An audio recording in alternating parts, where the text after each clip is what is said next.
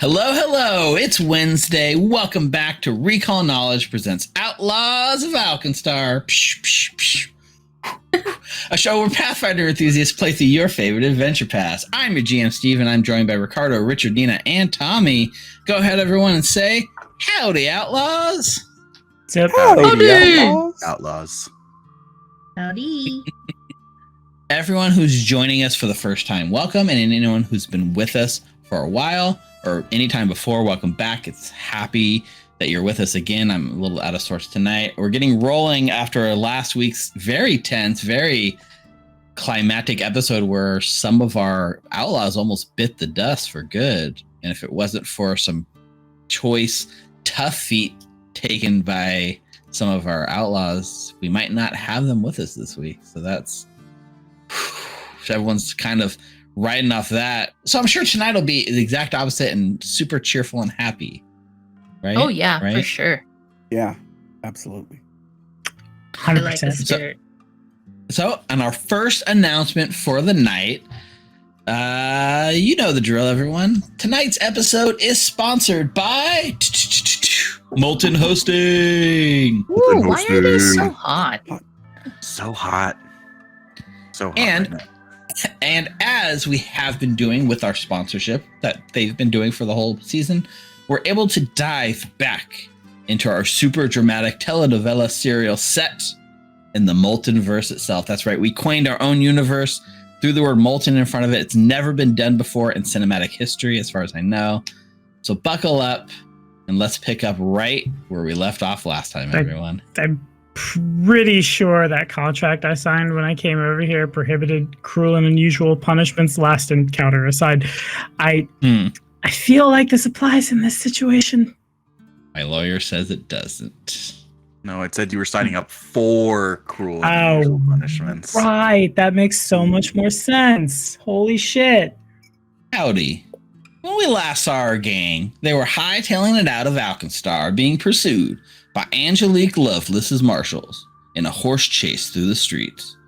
Calamity Jane had been deputized by Lovelace and told to bring in the fugitive known as the Molten Cowboy in exchange for a relief of her gambling debts, totaling in the tens of gold, by the way. In a last-moment act of defiance, Calamity Jane sprung Johnny from the noose, and they are now making a break for freedom. Will our story have a happy ending? Or is there more pain and suffering in their future? Let's find out. Watch your six, Johnny! Bang. Jane, I'm not over this betrayal yet. You've yet to acknowledge the corn, and I feel like they're all down by 9. This whole time you were working for Lovelace? Bang, bang. It's not that simple, Johnny. I owed dozens of gold to people you don't want to have to owe, all on account of the mess you left me in. You were the last ace I had up my sleeve. I had to play it. Horse noises. That's hogwash, Jane. I get wanting to set Johnny up. We all saw exactly how he mistreated you, but why did you have to bring me into this too? And you too, Casanova. First of all, how dare you? Old faithful. Trust me, I had no idea either. I'm just as blindsided as both of you. I have half a mind to stop Galvin right now and give Jane her comeuppance. Can we just focus on the task at hand? It will do us all no good being mad at me from the end of a rope. Besides, what else am I to do in this dog-eat-dog world? Bang. What did you just say? What? It's a dog-eat-dog world. That's not the phrase. Of course it is. It's a dog-eat-dog world. It's a really common expression, guys.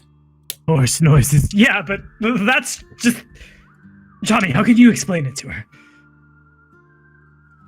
Jane, what do you think that means? Doggy dog. It's nonsensical. Oh, Johnny, you know perfectly well what it means. The world is a rough place. You have to... You do the thing to the person next to you before they do it to you first. You know, the style.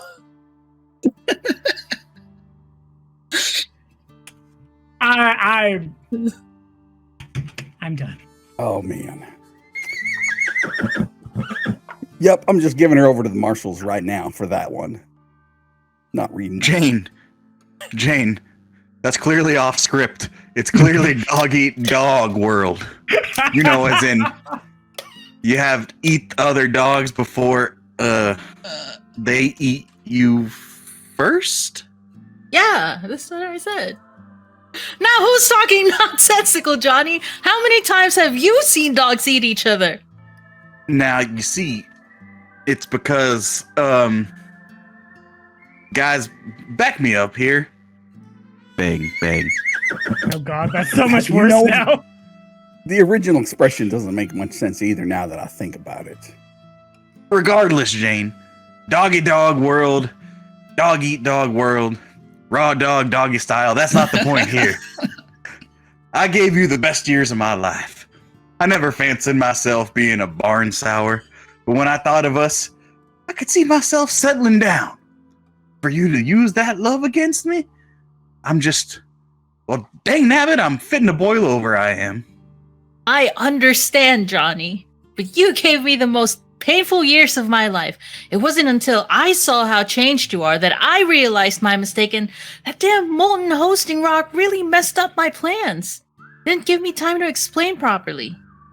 I can't hardly remember the last time there was this much hair in my butter, Jane. And my butter gets pretty hairy. I know. I have every right to be tied, and yet I still have feelings for you. Oh, damn it, why is it all to be so complicated? I haven't been this flummoxed since I tried to set up my own founder servant hosting on one of our late night sessions. Oh, Johnny, is it that bad, really? It is, Jane. If only there was an easy solution for all my worst troubles, like molten hosting. Their easy-to-use service takes all the frustrations out of your hosting your own server, letting the professionals handle it. And with no more strain on your home internet line, your players will have a smooth connection serving up all your biggest assets at high speed. They'll make it so you never have to fiddle with ports again. Oh, curses, Jane. Why can't there be just an easy service like moltenhosting.com for our personal life?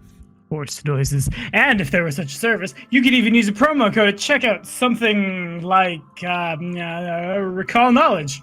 One word. Give you an entire first month for free.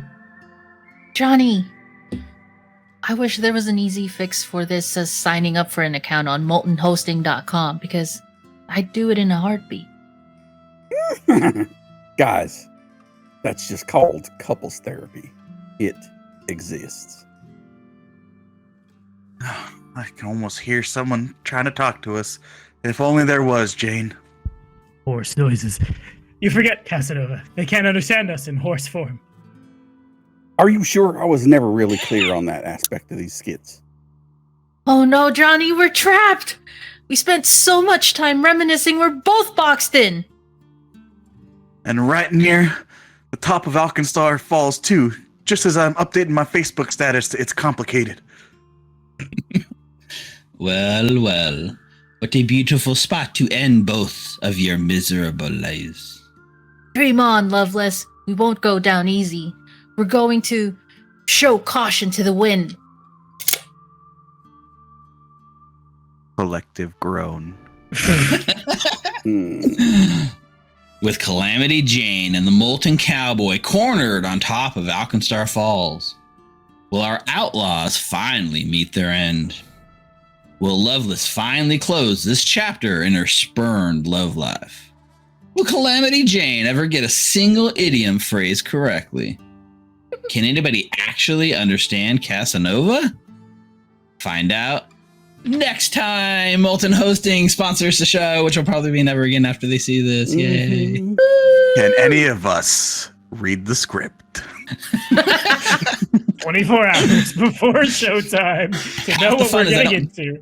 I don't give it to you until right before we go live, so have fun with that, cast. Big thanks to Molten Hosting for sponsoring our episode tonight and providing amazing hosting for Foundry VTT. Give them a look at moltenhosting.com, and as it was said, a bonus to all our viewers and listeners: if you use the referral code Recall Knowledge. It's One word. If at checkout, your entire first month of service is free, whether you're doing the lowest plan or the highest plan. The whole month is free. It's a service we use on the show. It's a service we highly recommend if you are using Foundry. Check it out and consider it for your own games. We are professionals here at Recall Knowledge. Second announcement for the night. Oh yeah, we got a dance party coming, but second announcement for the night. We are going to be off next Wednesday, which is I believe the 28th, right? So Wednesday, September 28th will be dark. No Outlaws of Alkenstar that night, but we're going to come strong back the following week, October 5th, as we finish the last stretch and close out this book. Oh, Richard, you got it. We do have the third episode of Bastion that week, premiering September 30th.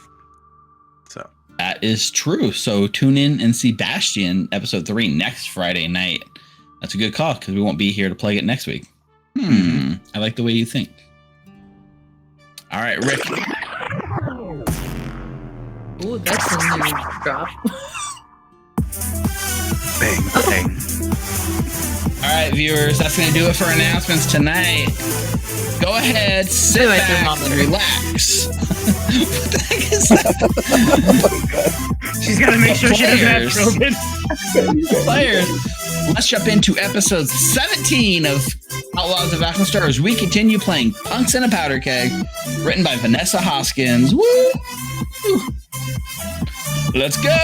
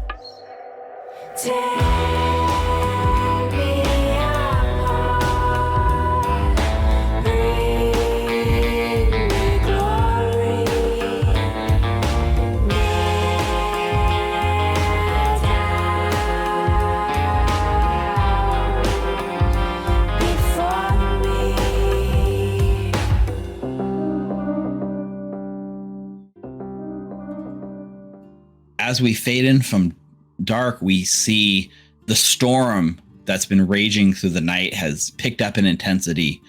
Lightning crackles across the sky in beautiful, brilliant rainbow colors that sort of lights Alkenstar up in this deep neon paintbrush. And walking through the raindrops and the click-clack of the gears in the city is our outlaws, bloodied, bruised, beaten, but alive, as they stumble in towards a nondescript tavern with nothing but a sign of a barrel and a gun full of bullet holes hanging in the night. And their sort of somber, broken, beaten faces are met with the opening of the doors and a loud, rambunctious crowd. Piano music's playing. People are singing and dancing. Whiskey is flowing. People are literally running around the bar, caught on fire from drinks. You're home at the Barrel and Bullet Saloon. I just say, I really love the impression of unconscious refuel that Richard is doing right now. No, he just has narcolepsy. He just fell asleep. Oh shit. Oh no. So I gotta refresh my memory. I think the only people that are conscious are Anita and Hal, and Wybert, who's sort of carrying Saruk. The bar, you guys kind of stumble in. A couple of people give you looks. I think Urshap's one of the first one that comes over and sees you sort of like carrying Reficule. So Urshap will like kind of come over and try to help release some of the weight off of you and help you with Reficule and sort of be like, Urshaw away. And I look to Anita. Oh, all right, Miss Mendoza. Where should I take him? To your workshop so you can fix him? I mean, No, upstairs where my dad is. He should be able to help him and I. all right. What about this? What about Saruk? Saruk as well. yeah. So yeah, you got to push your way sort of through the crowded tavern and bars. I think a couple of people like kind of stumble into your way and like look up, and that serious look on your face is enough to sort of part most of the crowd out of your way. And you're able to get towards the back where the staircase up to your rooms are. You catch a sort of like the one eyes that sort of sidelong glance as you're coming through with a mostly concerned look on their face is Phoebe, who watches you kind of come in looking really haggard. But she's currently tending to some business over at the bar, so she doesn't come over to you, but you can see her kind of give you like a one eyebrow raise sort of look and a half shrug, wondering what's going on. She nods as you give her the gesture, and you're able to drag Ruffy upstairs towards the room where you kind of have set your father up. And Saruk, yeah. Wybert's just sort of behind. I think if you push Urshap away from Ruffy, Urshap will go and try to help Wybert with Saruk, because Wybert's probably steaming quite a bit, sparks shooting out, carrying Saruk. And yeah, you're able to get sort of up into the room. And as you open your room to where, you like last left your father, you see that like the room is completely dark. And right by the window, there's like a chair. And your father is just sitting there kind of idly staring out, watching the sort of like rainbow lightning fill the sky over Alkenstar. Kojak. Yes! He just kind of spins and looks. I need your help. It's Refi and Saruk. I can't do this myself. I could grab you supplies. You and I could work on it together. Right in my bag right there. It's like almost like watching him in this moment. It was a little weird. He was sitting here in the dark, staring out a window, like kind of, I don't want to say catatonic, but very much distant. And the minute you bring him Refi and you see this injured man, he immediately like sort of snaps right back into routine. And he's like immediately like you have been before, like you've assisted him many times on these sort of house calls. And he quickly like tells you to get the bag. He asks you to hit the lights. And Kojak falls back into the father that you once were quite close with. And I think shortly after that, like Saruk also is kind of dragged in. Refi's laid out on the bed, doctor bag open, but there's no space for Refi here in this room. You can throw him on the floor, or if there's no space, we can move him to his own room and then do it there. Actually, I lied. There's 2 beds per room here, so you could throw Refi on the other bed. Sorry, Saruk on the other bed. Yeah, and so yeah, he's basically he's immediately like sort of rips off like Refi's shirt like down the middle, like the buttons fly open. It's blood everywhere. His holster's still kind of there on his belt, so Kojak sort of like immediately like unbuckles the belt and the holster and throws it over the corner of the bed, and you see it hanging there covered in blood, and the pistol is just empty. It's just an empty holster sitting there on the end of the bed. And he's barking orders and immediately begins sort of like treating wounds on Reficule. So Hal, you're sort of sitting there watching this unfold. Anita, Kojak tending to Reficule and potentially Saruk in a minute. What is Hal doing watching this sort of unfold? Once they start to get busy, Hal's out of his league. He has no real idea. But I think he'll watch for a little while and see what they do to get everything stopped.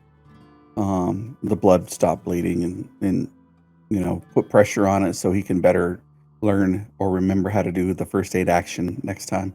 And he's going to, once they get that done, he's going to quietly let himself out of the room and close the door behind him and prop himself up against the wall and watch what's going on down in the common room and make sure that the friends of his aren't disturbed.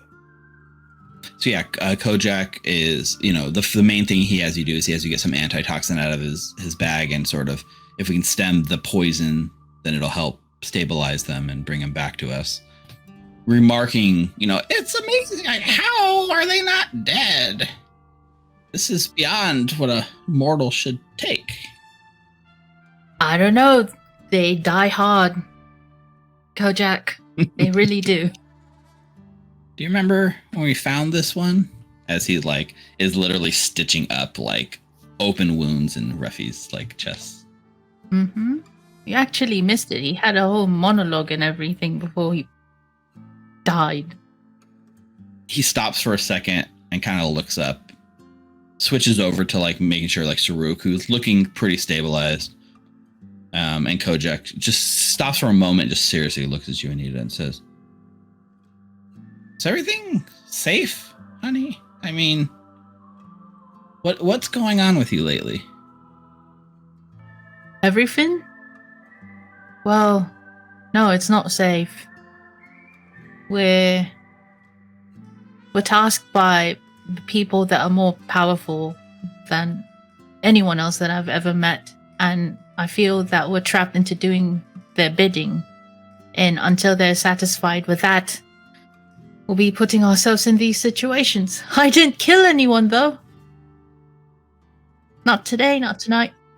In fact, you might have helped save your friend. And he kind of looks over to where you sort of had done a treat wounds and saved. Was it? I think you did your treat wounds on the Rook, right?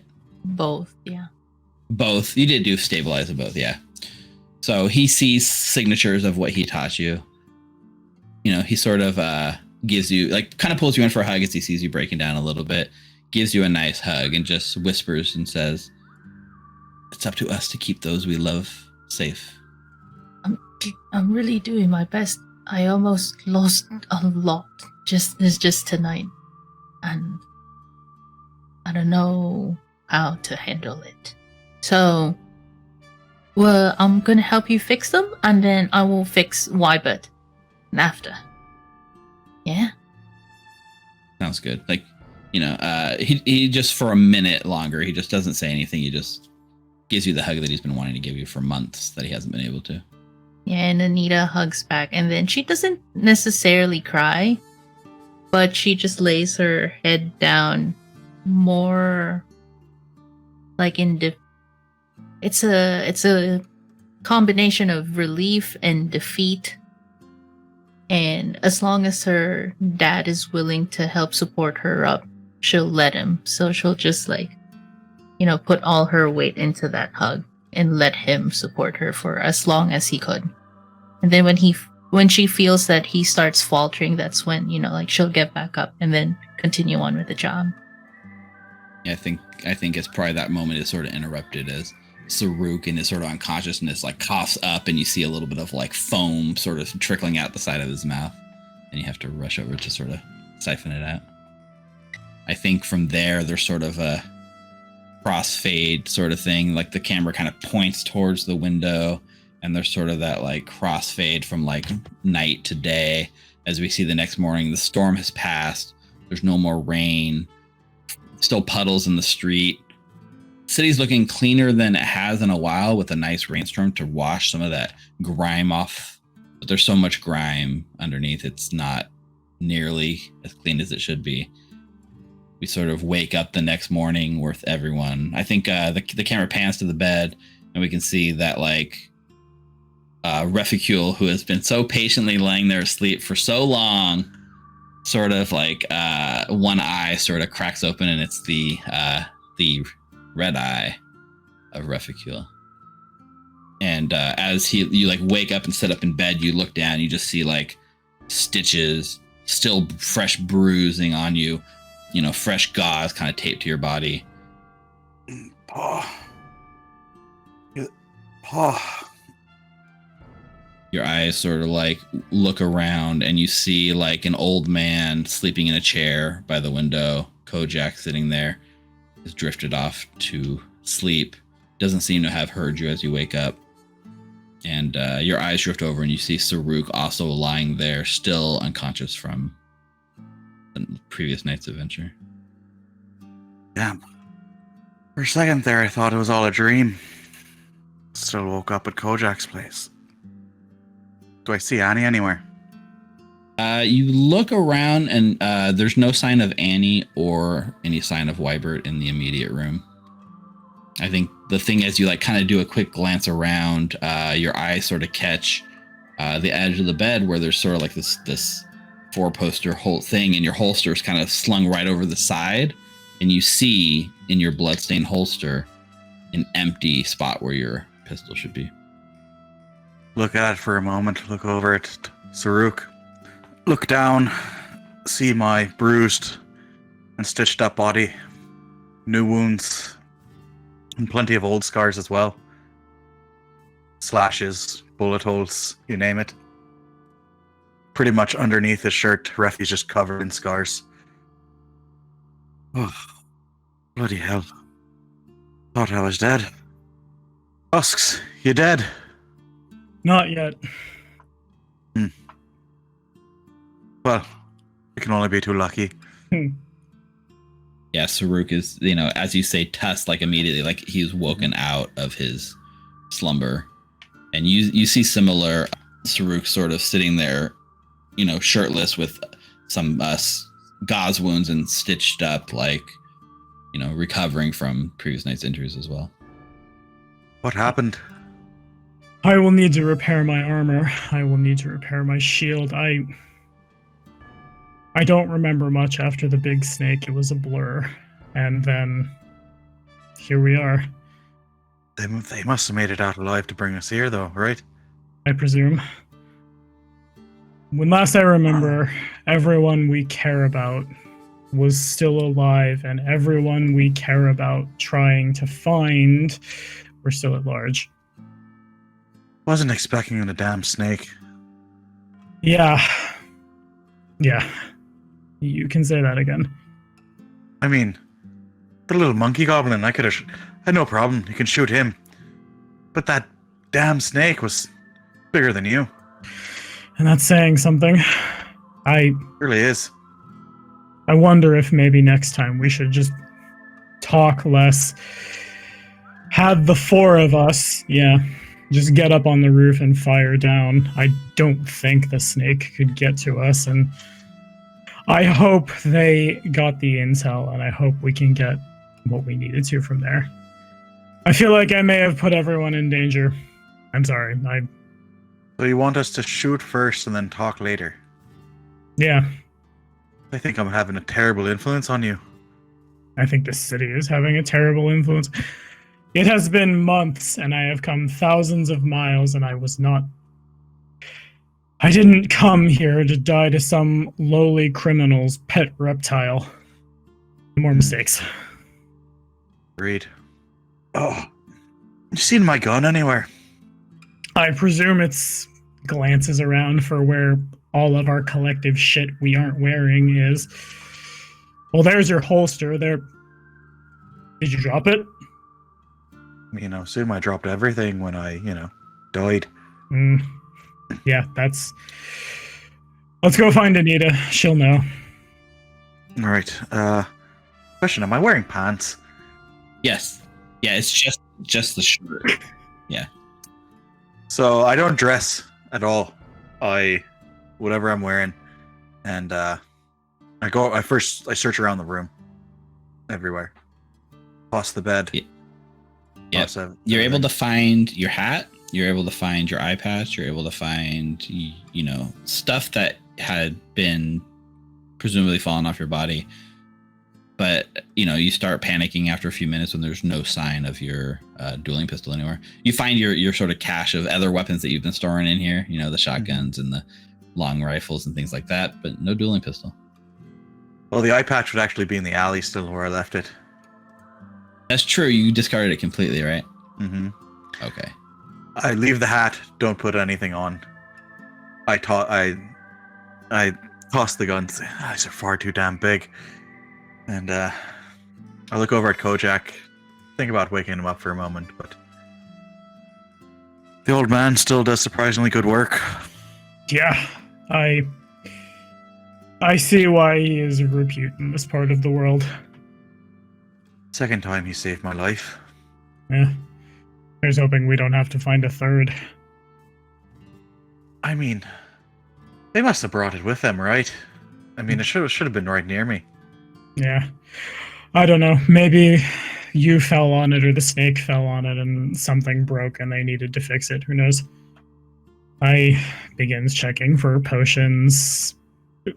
Shit, where am I? Oh, right. We used the wasps. That's true. We did use the wasps. You've been tending to these wasps for like the last 4 days.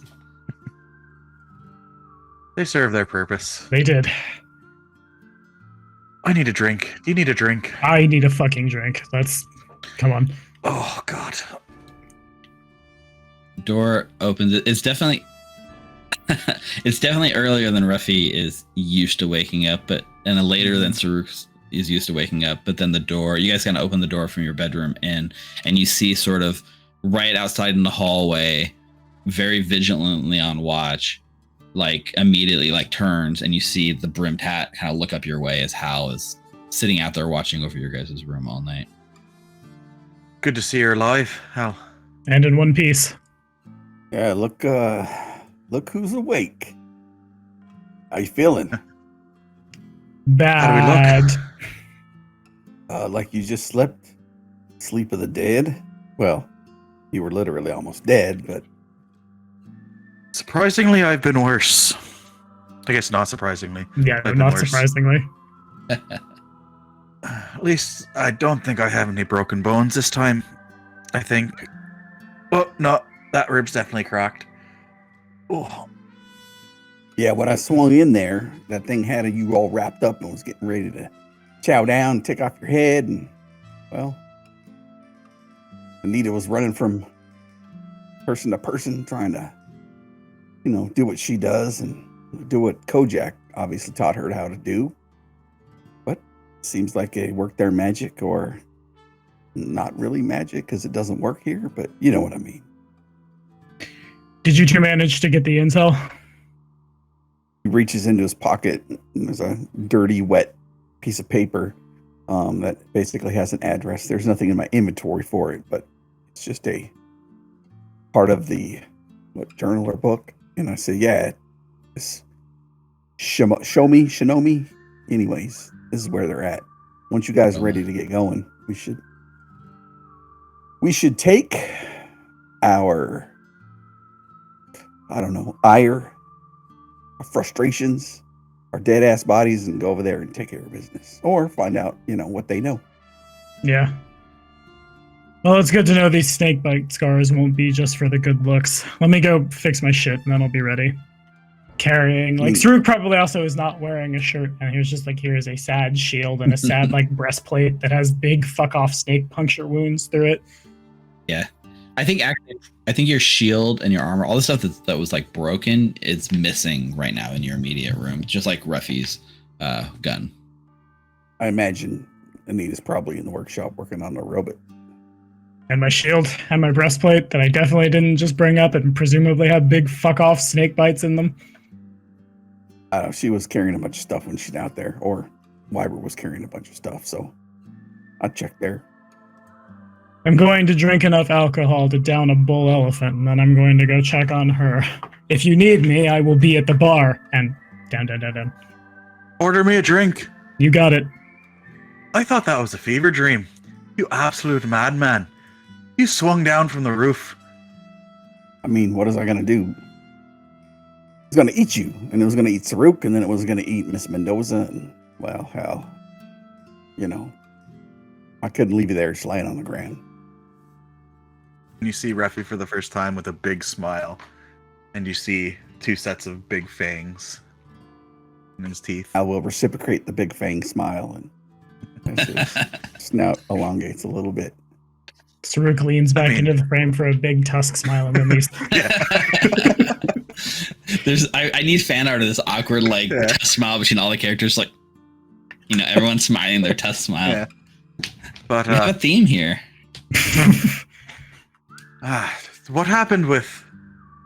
I mean, I know that little furball was going to the roof where you were, but did he get away? No, he tried to run away and tried to throw him back in, but he was able to swing on the edge and climb back out and tried to punch me with this black powder stuff that he had on his knuckles. I don't know, whatever y'all did in there didn't work. So he tried to do something, and he was pretty surprised when I picked him up and spun him around and threw him back in there at his own pet. I think it's safe to say that none of us would be standing here if it wasn't for you, Hal. Oh, not really. Miss Mendoza deserves all credit. I mean, she was literally running from place to place and person to person, trying to keep you guys up and down and up and down and up and down. It was like, I mean, it literally looked like you riding a bull. You know, she was going from one, standing up, leaning down, reaching out, tying you up. Well, not tying you up, but bandaging you up. So. She's got real skill, that one. More used to save people than to kill them. I think as you're talking about her, the scene changes. We hear you guys still talking, but there's a shift, and we see like Anita, who's like tons, like it's like looking very sweaty, like very like wet hair, you know, workshop going crazy. There's like 3 coffee cups just sitting on the edge of the table, completely empty. And you can see like a sort of like coffee pot like steaming in the back and just hammering away. And we can see that she's like repairing Saruk's shield. The armor looks like it's hanging there looking like magnificent. And Wybert is sort of standing around like bringing more cups of coffee to Anita. She's been hard at work all night, I believe. So what do we see Anita sort of, what's she doing in the wake of this crazy night? So, after Refi and Saruk have been stabilized and she felt that they were okay, she would have left them with Kojak and then immediately bring Wybert and then Saruk's armor and shield into the station. She'd probably pause by the bar real quick, thinking if whether or not she'll grab a drink, but she knows that it won't do her any good because if she drinks, she'll go to bed, and she doesn't want to go to bed. She didn't want to go to bed that night, so she'll go straight to the workshop and just not sleep because she didn't want to sleep. So whoever comes in will see her still like the blood stains from her own wounds, Saruk's wounds, Refi's wounds, just grease, oil, everything. Even though Wybert is helping her out a little bit, he's not 100% yet because he's still unstable and she has to work on him soon after Anita gets done with Saruk's stuff. So just hard at work. No thoughts, just work. So who would be the one from you guys to sort of, I guess it would be pretty much Saruk and you guys looking for your stuff, kind of show up in the doorway behind her. And we see, you see her hard at work, focused. The world is filtered out. It's her work, and nothing else. Anybody home? Hey, oi, how are you? No, well, I feel like shit, but I think I owe you a lot. No, it's glad to see you're alive.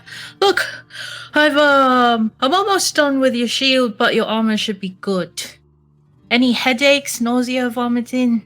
I think the headache will come after. I feel like Sir probably down to the bar buys 1 bottle of something very, very strong and then pours one for Refi, runs up, gives to Refi, runs back down carrying bottle. You need to go to bed. I can take over. I'm almost done. I still have to do Wybert. Do you want to handle Wybert while I finish my shield? Okay, yeah, sure. Also, what is Refi's favorite candy?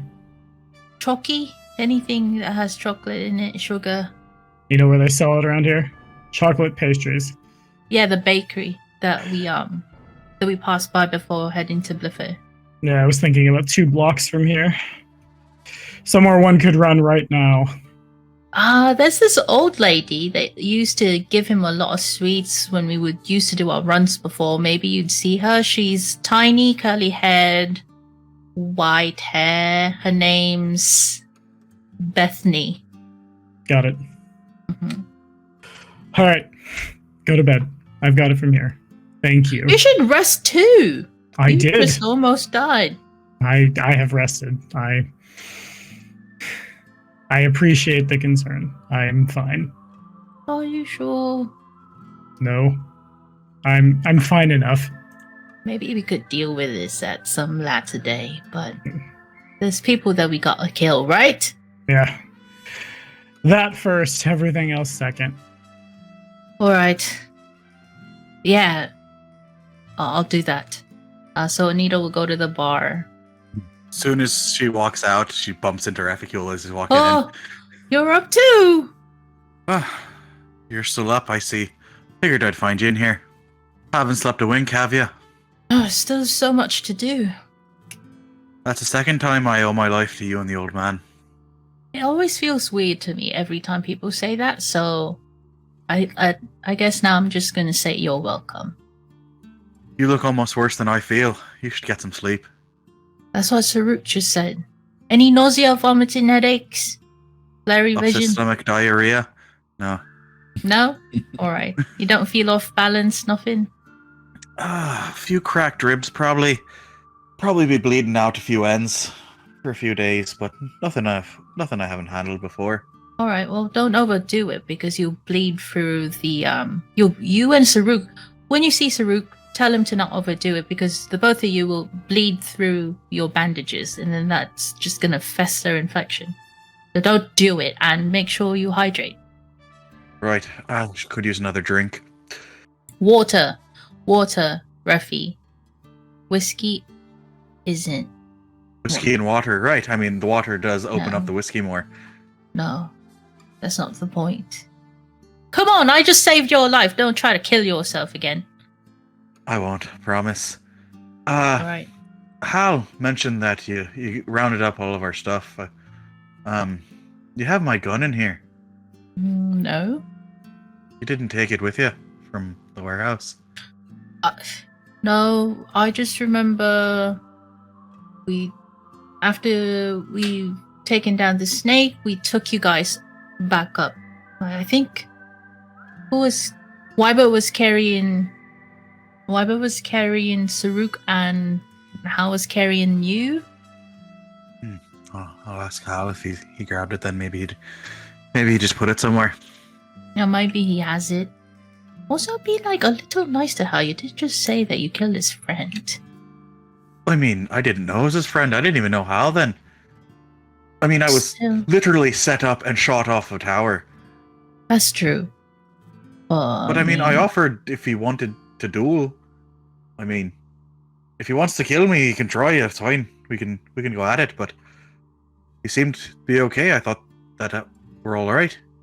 I think as you say that, there's a flashback, a superimposed scene over your words with your unconscious body and Hal just like standing menacingly like over you, white knuckling like, you know, his Kopesh, just like looking at you as though like he's welcome to try.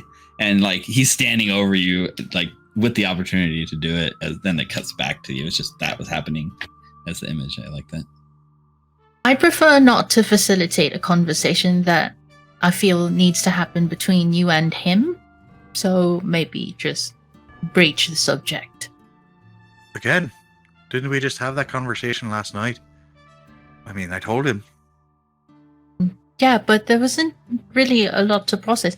If, like, let's say you heard from someone that they killed someone you cared about, and then the next, not even 10 minutes in, a snake tries to, like, kill you. I don't think that's enough time to really process anything that huge. Especially if you've been trying to... I mean, if it was a duel, I'd understand, you know. I think that not It's everyone either- is... Maybe I think that his approach to life isn't by shooting first. Maybe he needs time to process things. So he'd want to duel later. That's not what I said. But you could ask him. It's all a bit confusing. There's like a whistle noise. You hear like a slight whistle, and then you both kind of turn and look across the workshop, and standing in the doorway of the bar is like Urshap, who is kind of like rubbing their eyes and like doing like the finger in the mouth whistle thing, which is pretty impressive for a cat, I think. Like kind of like looks past you, Anita, at Ruffy, and just is like, "We got training this morning." Right. Annie, can you help tighten this a bit? I feel like the rib might have slipped a bit. Oh, yep, there it goes. Right. I'll ask Hal about the gun. Maybe Yeah. alone. I think he wasn't gonna fight you because Saruk, Wybert, and I were there. I mean, he's upstairs. I'll go ask him now. And I give Urshap like 1 minute. Yep. You can see Urshap has gone, after whistling at you, has gone back towards the bar and has sort of started stacking boxes or something behind the bar. But you can go talk to. I'll stop by the bar first and say, just be 1 minute. And then I'll order 2 whiskeys. Okay. Yeah. Sorry, 3. I'll order 3 whiskeys. Send whiskeys. 1 to Saruk and bring 2 up with me. Fasirtur is up early and will tend to that order and make sure the deliveries get done. They'll do that for you. So 1 to Tusks, bringing 2 up with me. Staying hydrated, as I yell back to Annie. That's not it though. And I walk up the stairs gingerly. Oh, training's gonna suck. Oh, God. All right. Whiskers. Oh, come on in here. Let me open the door for you. Got training. Here you go, Hal. Right, didn't get one for yourself? I got one right here. Oh, I'm just kidding. And he offers him one of them old hand-rolled cigarettes. Here you go. Reffy puts it behind his ear. Got to train with Urshap in a moment, but just wanted to bring you a drink. And do you want to kill me or anything? No, why would I take you out of here or out of there, out of that warehouse under duress and pull that snake off you? Why would I do that if I wanted to kill you? I'm not sure. People say that, because of what I told you last night, that there might be like hard feelings or anything. So, I thought that I'd explain myself pretty well and, offered if you ever feel like you want to get square. That's all right with me. But no hard feelings, right? No. I mean, if I wanted to kill you, I could have just killed you last night when everybody was busy and either had their eyes closed laying on the ground, or I could have just let the snake do it and said, "Oh, snake got him. Sorry." That's fair, right? That, would have been quite a clever way to go. Cheers. Cheers. Oh, by the way, and he reaches into his poncho and he pulls out a Coke pistol and says, "This thing doesn't work for shit. You use this stuff better than me, so you need." It didn't do anything to that monkey goblin, so I trust my sword a little bit better. This ain't don't work for me. I mean, what if you need to hit something from far away? I'll run up there or swing on a rope. Or last night, I would have laughed at that, but fair point. Remind me to pick up another rope because that other one's still back there. That's mighty kind of you, Hal. Definitely will make sure it's put to good use. Speaking of which, Annie, had gathered up a bunch of our stuff, but she said she didn't find the pistol that I carry with me. You didn't happen to grab it last night, did you? I mean, after we took down the snake, it was like that doorman ran off, and I couldn't imagine they were going to bring back the marshals. We barely got out of there in time. We couldn't pick you up. Maybe the snake had it or ate it or was under its body. I mean, that thing was bigger than Saruk. Right, that's saying something. Yeah, so Andy's like, "Yeah, I'll have Wybert grab Saruk, you grab him. Let's get out of here." And we left. Probably still there then. Probably. So were the marshals. Well, I imagine they'd be there. We know. I mean, It wouldn't hurt if I took a look, right? Nope. I don't think so. Thanks, Hal. I really appreciate this. You're a good friend. Oh, by the way, do you know what this means? And then I show him a piece of paper, or at least read it to him, where it talks about the address. You know where this place is? Who might live there? Hollow Manor Estates, Hillside Apartment, I-1, 11. It's weird that it's written that way, but I think it's I1. Does it have the name on it? Address. Yeah, I don't think it had a name on the packing slip directly, no. But it was attached to a crate of bottled lightning, like other alchemical stuff. Do I know the address? You can give me a Alkenstar lore or Underworld lore. Do I get any circumstance bonus from being a little urchin in Hellside? I think, given your past and what I know of Refi, I would say take a +2 circumstance bonus, sure. Gotta finagle every advantage we can. I mean, it makes sense. You can justify it as part of your... That's an 11. Yeah. Nope. You rack your brains, and the best you can get, this follows the sort of naming patterns, and like when it says Hillside, that's sort of the official name, but most people on the streets know it by a different name, which is Hellside. Not familiar with the address, but it's definitely in Hellside. Yeah, it was attached to this box. Attached to this box that's full of the... oh, here you go. And he'll walk over and open up the box and then pull out some bottle lightnings. I'm not going to ever use this, so I'm going to give you some. Here, you take 2. I'll give 2 to Anita and 2 to Saruk. But, you know, it was attached to this box, so I think that's the next place we got to check out. Looks like something Annie would make. I have no idea, though. You might want to ask Tusks and Annie there. They might know more than I do. Let's go ask them. See where we're at. Maybe I can. I mean, you feel up to. You go on ahead. You go on ahead and talk to them. I'll be there in a minute. All right then. Get out of my room. Don't stab me in the back now. And as I laugh and turn around and walk out. How much does Hal actually think about doing it? He's staring right in his shirtless back, staring right at it. Still wounded 4, by the way. Technically, you're good because you were treat wounded by Kojak, and then you also had full hit points and rested. So technically, all your wounded conditions are good. You can stay wounded 4 if you choose to for roleplay reasons. I mean, just because we had the wounds still there for another day. But I'm going to try to quietly exit the bullet barrel and make my way to the warehouse. Okay. See if try to case the place to see if there's anyone there. Yeah. Give me a stealth check, and we'll see how well you're able to sneak out without anyone noticing. So Refi will roll the stealth, and then the rest of you will just compare it. It'll be against your perception DCs to see if. I think Anita in the workshop. No, is Anita still in the workshop? She came in, right? That's a natural 20 for a 29.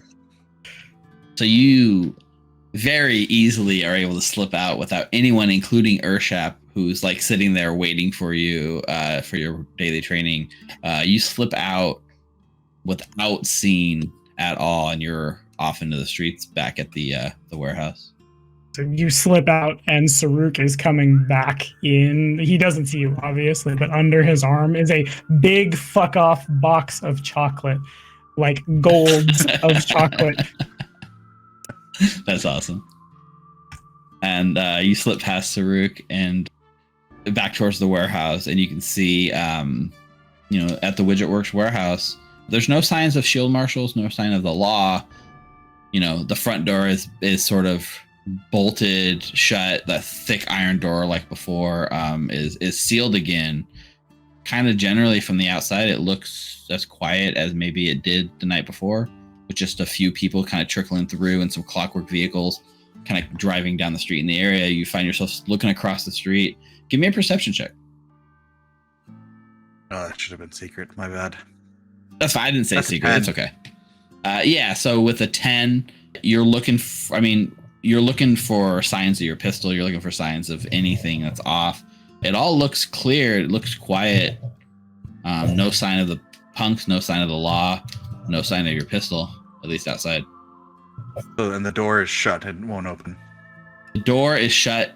You can try to open it. It's definitely shut. I'll see if it's locked. Yeah. All right, you go to the door and you like try it, and it is definitely locked. And you hear like a shuffling.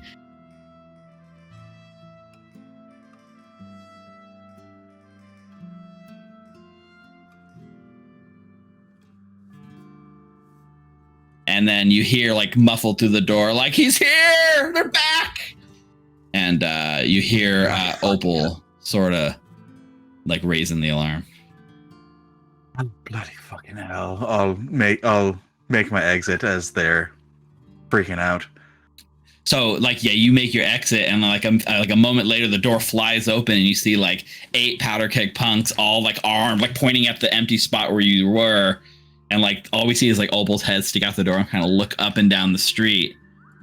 It was the demon, I tell you! And like one of them like smacks him upside the head and like shuts the door and like locks it again.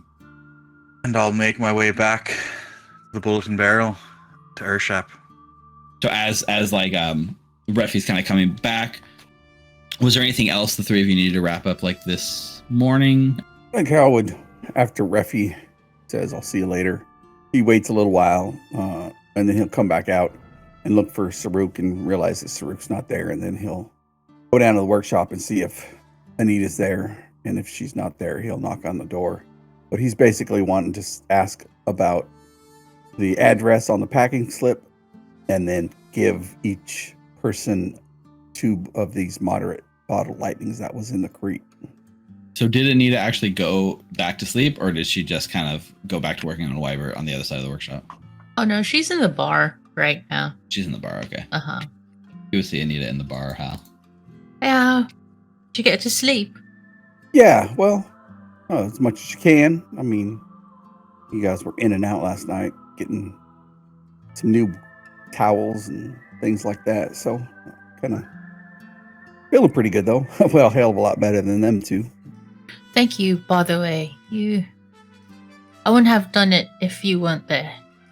Look, I owe it to you and your robot for saving me at the graveyard. Well, I guess it's not a graveyard if I didn't die in there. Scrap yard.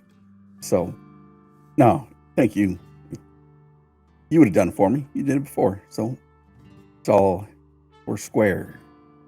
We're friends, not square. And then I do the handshake thing, the thing like that. Beastmaster handshake. Yeah. I mean, I guess. Or you can just say thanks. Yeah, we're mates. That means a little bit different from where I come from, so I'm going to leave it at that. All right. What's that there that you're holding? Oh, this shipping address. Some bottle lightning. Here, why don't you take 2 of these? I already gave 2 as a refuel.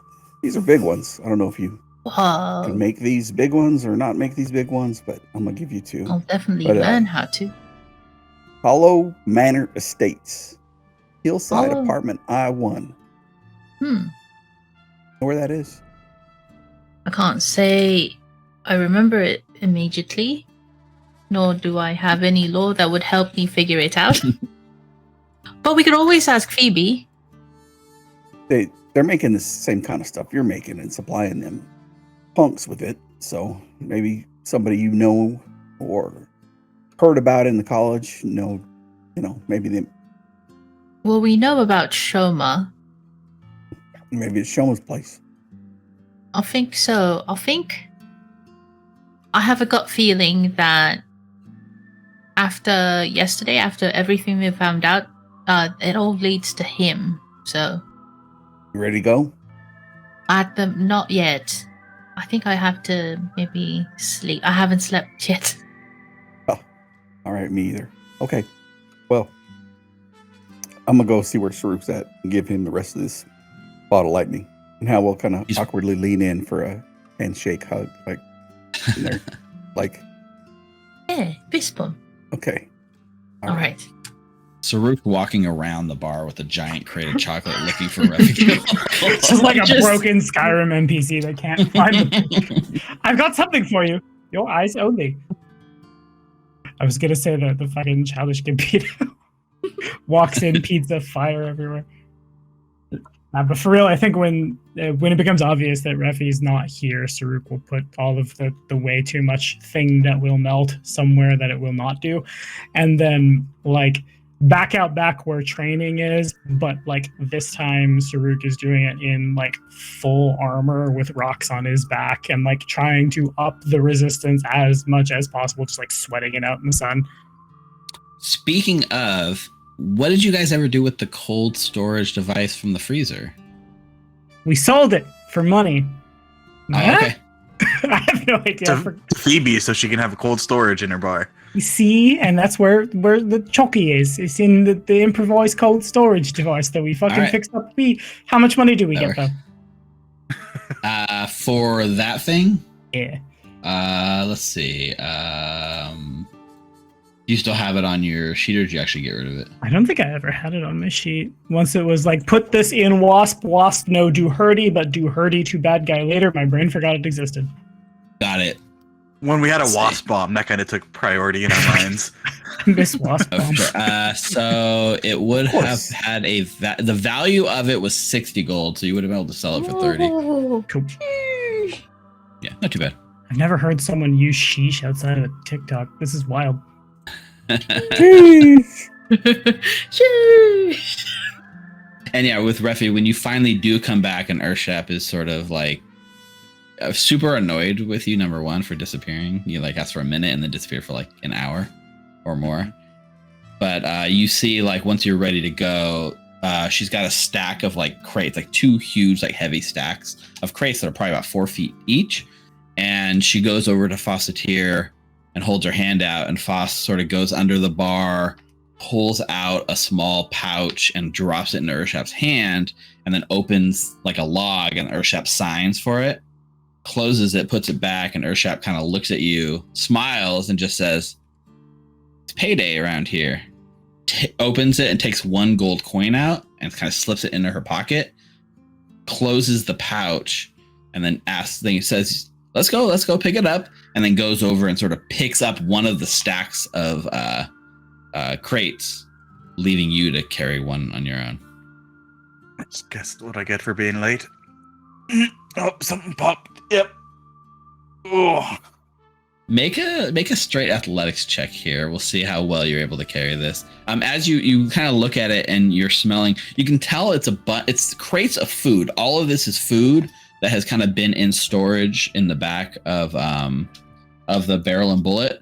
Some of it is, just barely going past its prime, and you do see there is 1 crate full of Saruk's bread that's like sitting there in the crate.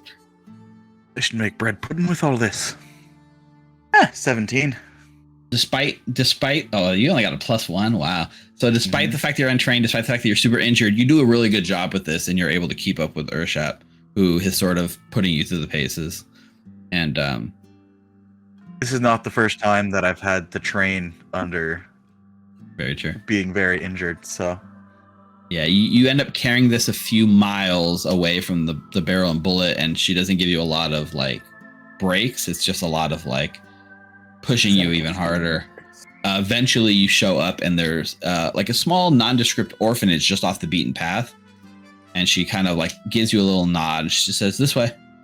And she kind of carries her stack of crates right up the front of the orphanage. And sort of, you see like a little child like opens the front door and says, "Urshi!" And like, there's a roar of applause as she carries the crates into the orphanage. And like the kid that's smiling and laughing kind of looks at you and sees your full, not so subtle demonic self. Immediately sort of goes and like closes the door and runs inside. I just frown and glare at the kid. Oh, I recognize this orphanage.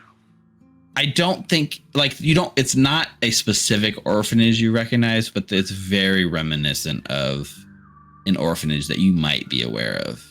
What are we doing here? I told you, it's payday. And you watch she sort of takes the satchel of coins that she was given by Foss and kind of goes over to the head mistress and just hands over the full satchel of coins. Right, but what are we doing with all this, with these little brats? I allow Foss to pay me half in food, and she motions at the stacks of food, and half in coin. But I don't need much for myself, just a little bit of room and a place to crash, and I'm good. And then the headmistress is just like, this is her, she's our prize student, pupil, graduate, orphan. This is where she came. She was raised here. Come on, are you embarrassed of us? And Earthshaps just kind of looks down at her feet and sort of kicks the ground a little bit. He's like, we got work. We can't stick around today. I'm sorry. And the kids are like, oh man. And she kind of gives you a sort of head nod and says it's time to go. As we're walking out, I'm walking out behind her, and if I see a little orphan kid, I stick my tongue at him. Yeah, one of them does the two horn thing, goes back at you. Runs and hides. And yeah, so during that walk back, she's just kind of it's always good to give back where you came from. Even if... I suppose. Do you not agree? Let's just say I had a bit different experience with little brats like that. It's not all rainbows and sunshine. But if I can make it a little better for them, unlike it was for me, it's all worth it. I guess. But what happens when there's no one else looking out for them anymore and they're on their own? Out in the streets in Alkenstar. What do they do then? Whatever they have to, I guess. That's what it always comes down to, isn't it? We got to give them that chance. All that matters is the chance. Oh, chances. What chance do any of us have here in this godforsaken city? I'm not so sure about you, Refi. What happened last night, anyways? We went to a ball. Can't you tell? It looked like you fought a bull. Rode a bull. Didn't fight one. Yeah, technically I surfed it, but that's besides the point. No, well, we got in a little bit over our horns. Well, we're still here the next day. And the people who were trying to kill us aren't. So, end of the day, I call that a win. She kind of looks down and notices that you're carrying an empty holster. Right. Not carrying today? It appears that my pistol may have been a casualty. The only casualty, on our side at least, of last night's affair.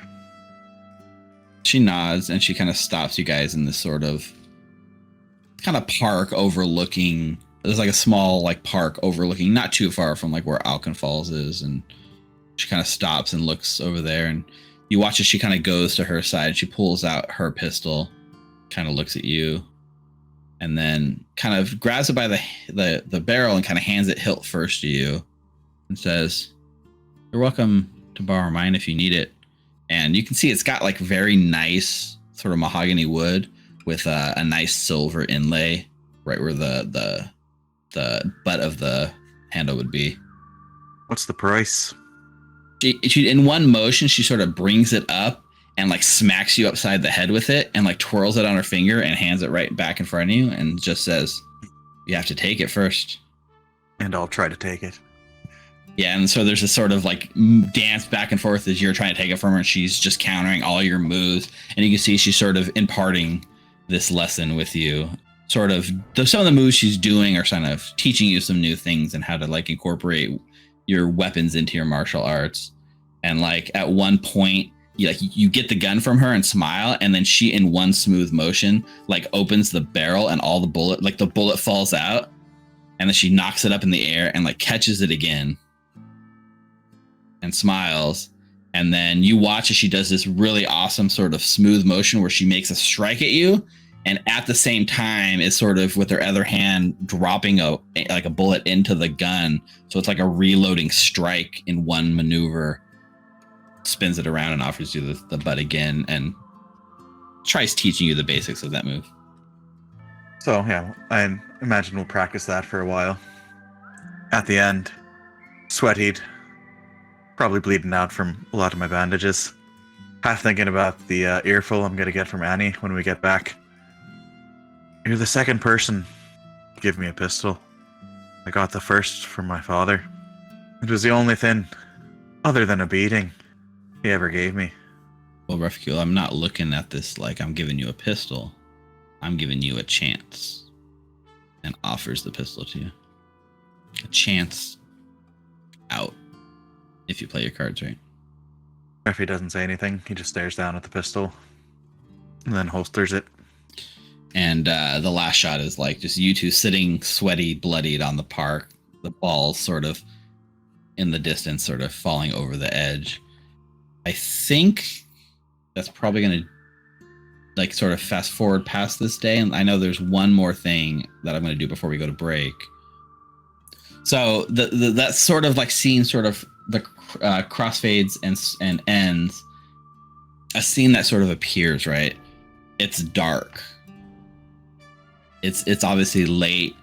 Out the windows, we can see a silhouette of someone standing in the window. Rain is falling kind of gently outside. You see a woman, a little light turns on in the kitchen, and there's a woman that we haven't seen before. She's got long black hair, nice looking mahogany skin glistening in the light, tattoos most every square inch of this body, just nice tattoos that sort of almost have a faint glow to them even in the dark. We can see that she's wearing what appears to be like a pretty fancy looking corset, her face caked in beautiful makeup, but running from the rain, running down. Obviously well kept, but a little exhausted looking. And she's sitting in the kitchen, and she's got a glass out, and she takes the lid off, and she's pouring herself a drink. Takes a deep breath, kind of looks around the room, deep, thoughtful, introspective. Goes to take a drink and sort of stops because we hear a sort of strange rustling noise off the screen. And she sort of stops and turns and looks directly at the camera where the noise is coming from. Cautiously sets the glass down and makes her way right towards the camera. We see, as she kind of peers, there's a long sort of hallway with a front door at the end of the hallway. The door itself is sitting sort of ajar. As she sort of moves towards it a little bit, the storm blows from outside and the door like blows open, letting a bunch of the storm rushing in, and then shuts itself closed again, not fully locked. We see her stop and look down, and she sort of picks up the nearest thing she can to defend herself, which happens to be a wet umbrella, as she cautiously goes towards the end of the hallway. Opens the door, peeks, looks outside on the porch, but nobody's there. She closes the door, immediately locks all the deadbolts again, sure that she just did not that long ago. Double checks it, turns around, and we can see her face looking right at the camera, and she lets out a blood-curdling, horrific scream at something we can't see. Maeve. Hello? Just don't scream. Just, can you not? The camera pulls back just a little bit, and we see Anita soaked in the rain, standing here at the end of the hallway, just like pleading for Maeve to stop. And Maeve is like startled, screaming. We see Anita maybe hasn't even slept yet since 2 nights ago. Still grease, blood, everything, disheveled hair. Maeve is screaming and kind of like caught between the flight or fight response, grabs the umbrella, meekly throws it down the hallway at you, Anita. Come on, it's me. Anita? Yes, hello. What are you doing here in my house? I don't know. I was at the bar and I had a drink and I just started walking out and let me here. Hello? How do you even know where the hell I live? She kind of like walks down, and like as she kind of comes to you, you almost look like there's a moment where she might reach in for a hug, but instead her hands just go out and like push you out of her way as she kind of stumbles back towards the kitchen for her drink that's waiting for her. Have you had dinner yet? I asked around. I went by the bakery and I talked to that little fella that you used to work with. Did you get a note from him, perchance? I did. Did you read it? I didn't. I guess that's all right. Anita, I mean, I'm on this precipice of something big here. I can't. I know. Have a seat. And she sort of pulls out a chair and goes and gets a glass and pours you a drink. I didn't read it because... And she sort of trails off for a minute. What? Just tell me what dinner it's... Do you know what time it is? I just got off work. Yeah, but you don't usually eat at work, so... That's why I was thinking that maybe if I got you at the right time, I could share a meal with you. She kind of looks kind of around past you, through you. Did you not even bring anything? I did. I have a soggy sandwich that I pull out of my pocket. Oh my God. What is on this sandwich? I have to know. It's what's his name? I forgot. Fossiter said that it's bologna. I don't know where he got it from though. There's a little bit of ketchup. I took off the pickles. I know you're allergic to it. I miss you. It's an odd thing to say for somebody that just went to jail for murder. Tell me, did you do it? Did he deserve it? It's either him or us. Then you made the right choice. And she kind of reaches out and brushes some of the wet hair that's like slopped across your face back a little bit. Yeah. And then her hair comes back and it's got grease in it. Could be either Refi's blood, my blood, or Saruk's blood. Let me change into something a little more comfortable, and we'll have a meal. And she sort of like you watch as she turns around, you can see her corset is like laced up really tight across the back, and she kind of spins around and pulls her hair out of the way so you can like untie her. Yeah, and she's done this before a couple times already. So like Anita would just go up to there casually, steal a glance, and then look away while she loosens the corset. And then when it falls off, she'll turn around and then let her do her thing. And then she kind of goes off to the bedroom and just kind of pulls like a nice, comfy, oversized t-shirt from her bakery and throws it on, and it still has like bakery stains on it from all the work that she does. And it's like oversized, so it goes almost down to her knees. And she comes out looking nice and comfortable, pulls a chair up next to yours, and picks up half of this soggy bologna no pickle sandwich. So what's this leaving that I'm hearing from Refi?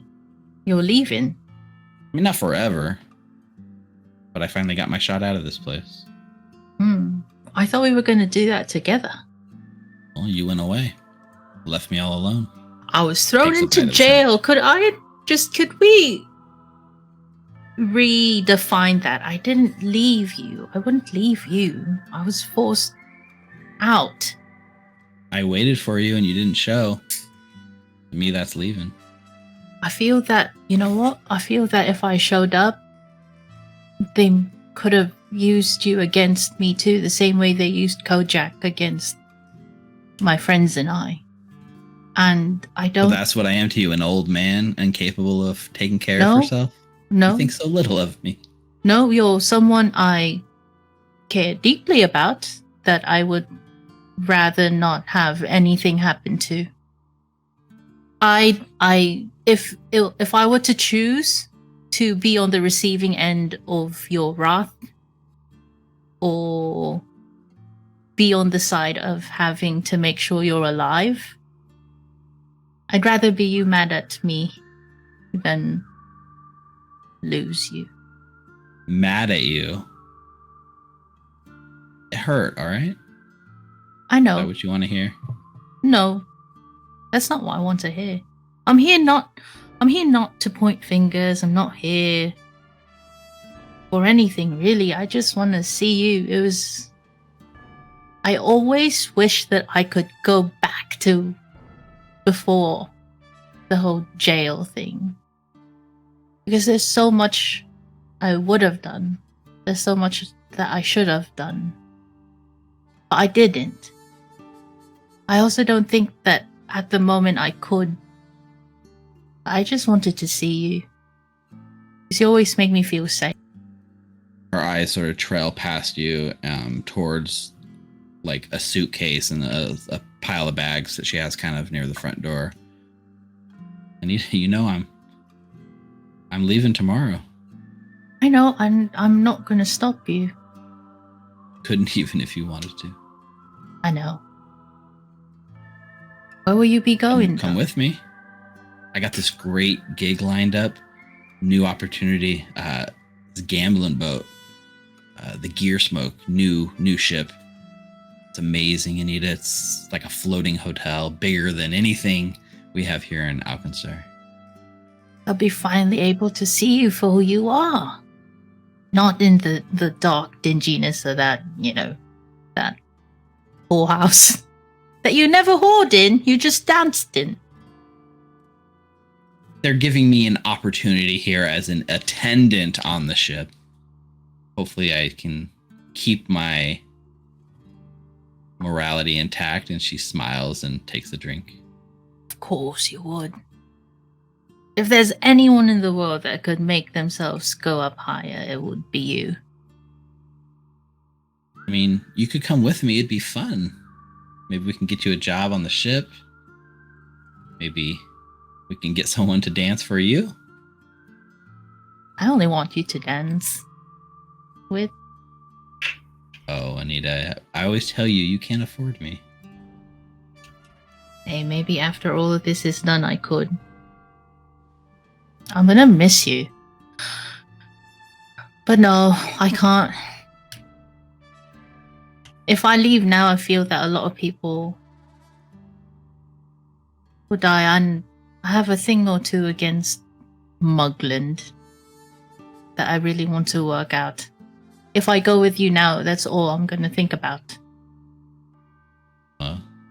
You left me once. I guess it's my turn to leave you. I'll see you again, though. I'll find you. I know that sounds so bad. Well, Anita, we got to talk about this because this breaking into my house in the middle of the night and scaring the bejesus out of me is not the way to go. Well, Even I was with at these delicious sandwiches. I was at your bakery, and I knew it was your shift. And I went there twice, and every time I went, you weren't there. And then when Ruffy went, the boy said that you were on your break or something, or you just left, so you were there when I visited. So you were avoiding me. Maybe a little. How about this? How about tonight? Let's have this bologna sandwich. I'm not going to do anything untowards. I really just really miss your company. And since you're leaving tomorrow, Let's just spend tonight together, and you have to tell me everything that's been going on. And she's immediately like pouring you like another drink, taking like your half of the bologna sandwich and eating it. okay, I will. Start with the murder. And she like leans in all like giddy, like excited to hear like what's going on. Yeah. And then I tell Yeah. her. Yeah, and like you're kind of talking, you guys are having this moment in her like kitchen on her last night, as you know, her luggage is very obviously placed in the back. The camera kind of pulls out, and we go to black, and we're gonna go to tonight's break as we finally get to meet the mysterious Maeve. That was a very full first half of the episode. You guys love your characters. Yes. It's apparent, for sure. So let's get rid of the somber music and cheer up our audience who we've made cry too much today. While we're at break, take this time to support us here at Recall Knowledge. You can subscribe on twitch.tv/Recall Knowledge. If you're watching on YouTube, if you're on Twitch, go over youtube.com/Patreon and youtube.com/Recall Knowledge and subscribe. Amazon Primes, we have our Patreon. There's lots of ways to support us. We've hit you with them all before. You know where they are. Take the minute to support us here on this channel so we can do more of this awesome stuff. We're going to be back in 10 minutes with more Outlaws of Alkenstar, and it's going to be time to like get some mother effing revenge on some mother effing snakes. Well, fuck you, Mugland. Loveless. Gimthrak. It's a doggy dog world out there. All right. Yep, it's a doggy dog world out there, so be careful. All right, we're going to be back in 10 minutes. Don't go anywhere. We'll see you guys in it's 8:45, so we'll be back about 8:55. We went a little long on the first half, but we'll see you guys in a minute. Bye. Bye. Welcome back. First off, while we were at break, we got a hero point redemption from Versace Hovercraft, the owner of Molten Hosting, who was so moved by that Molten Hosting ad that he said, you know what? We're giving a hero point, but not to the players, to the GM. No. I think he decided if we TPK, he doesn't have to suffer through any more suing me over IP law and using his name and dragging it through the mud. You know what? So. We're just going to have to show caution to the wind. Yeah. Hard. In this doggy dog world. Oh, God. Yep. So, as we come back to raw dogging this session, the camera sort of kill me. Welcome back. So the camera sort of fades in, and we see ourselves sort of sitting in the bar of the Barrel and Bullet Saloon. Everyone has had a day of rest and recuperating. You know, the wounds are fresh, but they're healing. You guys have this one lead left, which is an address that seems to point towards somewhere in Hellside. And the camera sort of fades in with you guys. I believe, I know, like, whatever it was you guys, I know Saruk had a scene he wanted to do. So we can open up with that. Or like maybe even before that, if it's been 24 hours, can I throw a Underworld lore check for that thing that I'm sure Hal has bugged me about at some point as I'm nebulously walking around the Barrel and Bullet trying to find refuge? Yeah, make that check. We'll see if you know anything about the Hollow Apartments. Alrighty. Because there's like two things. One is like, first of all, you guys are making these checks to see if you already know it. And if you guys don't come up with knowing it, you can always go gather information and try to make rolls to find where it is, right? So we'll see if you guys know where it is, and then we'll see if you guys can find where it is if you don't know where it is. So I think what I might do hearing that, because I forget I have this, because I have this here. I think as we've been out and about doing stuff, I'd like to pick the brains of people. If you're like, hey, where is this place? Can I roll society about it? Yeah, use the gather information check for society. And I'm going to make this my lead and casually throw a +12 at it. Ooh. Let's go. As if he needed it. So good at Pathfinder. Pathfinder. Now, when there's not a big fuck off snake trying to kill us. Perfect. So crits in chat for that check for Saruk. So yeah. So you were able to sort of go out, hit some of your contacts, talk to some of the people you know, and what you come back with. I think there's a hit that comes back from your sort of friends back at Aldo's apartment building, because you've got a lot of contacts in there. And when you kind of reach out, they're able to come back, and one of them says they know exactly where the Hollow Apartments are. And it's sort of kind of seen as I don't want to say posh, but it's definitely like was billed itself as being an upscale apartment building in Hellside, and it's carved into the mountain. So they actually went and carved apartments in the actual stone. So you live literally within the mountain, and it's sort of right at the bottom most layer of Hellside, right kind of in the center. So Hellside, goes down nearly 500 feet from the top of the cliffs to the water's floor, and the lowest level's about 100 feet above the water, except for the sort of docks that float below that people go down to. So it sits at the lowest level of Hellside, right about 100 feet above the water, and that's where the Hollow Manor is.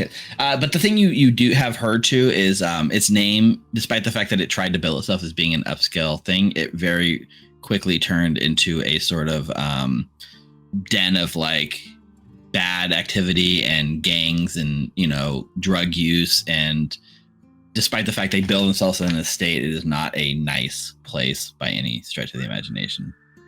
So it's a den of scum and villainy. It is a den of scum and villainy. Nice. So eventually, when everybody gets back in and like getting around and stuff, now that we're all like together, just quickly glance over to Refi and like nod towards the kitchen. I feel give kind of a confused look, but he'll head over into the kitchen. And then sitting on table as in you come is like whatever, and maybe I'm asking Anita this, but whatever Anita would have told me Refi's favorite candy is in 1 gold amount. In just like all over the table. This is for you. This is an apology. This is a thank you. This is a conversation I don't think I can have with Beastwood because he keeps too much to himself, and Anita has enough going on in that head of hers. But I think I misjudged you. Thank you for being there when the chips were down. Can we be friends? Are these chalkies? Ah, I asked Anita, and then I went to, I don't remember her name, some old, short, everyone is short, relative to me, frazzly, white-haired woman. Ah, little Bethany, that dear old lady. Right, that was definitely it. How's she doing? Still alive? Somehow. Not on her second good. death quite like we are, but... Right. Tuss, this is... I mean... Saruk. I appreciate this. It's for me being unnecessarily over the top and rude to you. You go to your gun a little too quickly, which, by the way, that's not the same gun. I see. No, couldn't find it, but, Urshap lent me one for the time being. So I think that's, looks pretty nice, and, I mean, it doesn't have quite all the bloodstones that the other one had. Yeah, that is a way to put it.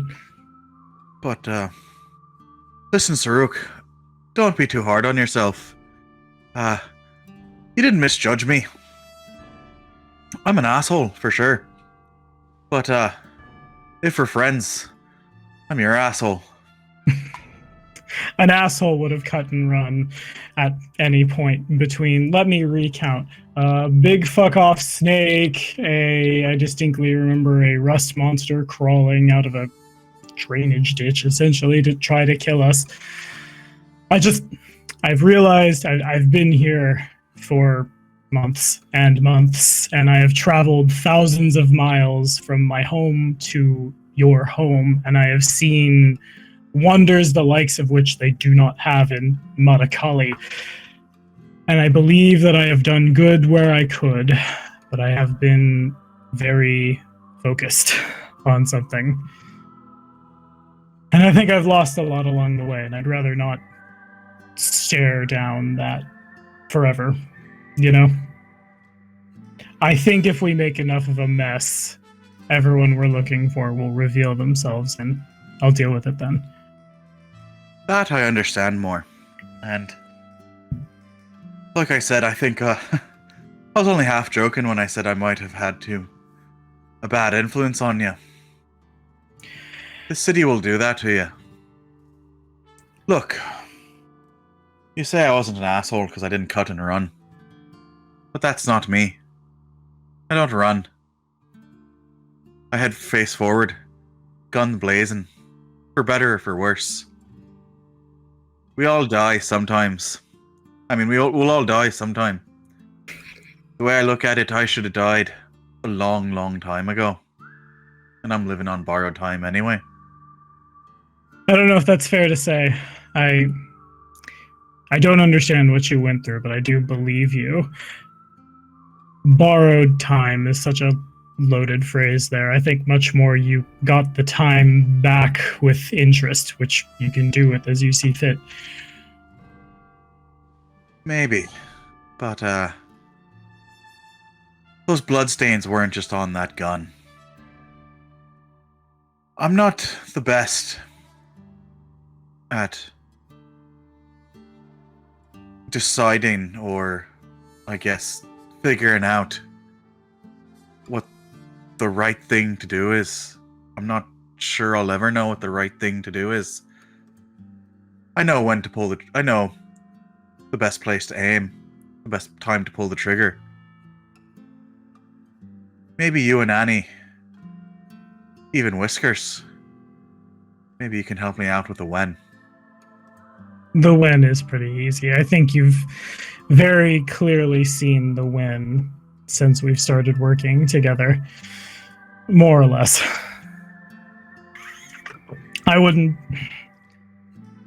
on the one hand, self-flagellation about one's moral compass. There are, ask the various faithful of this world and they'll tell you a million different things. On the other, I understand the circumstances that have put you to that, and there may be blood in a lot of places other than a gun missing in action, I guess, but it does wash off. Maybe. But, in the meantime, I'm glad we're at least shooting at the same target for now. Yeah. Do you want any of these? They're pretty good. Yeah, you know what? Why not? Takes donut. Just double fist and chocolate. Grabs all of the things, eats all of the things. I like chocolate, whiskey. Chocolate, whiskey. Health. I mean, I imagine these chockies are like usually sold in like copper prices. So like the fact that you're able to buy like a gold's worth is probably quite a bit.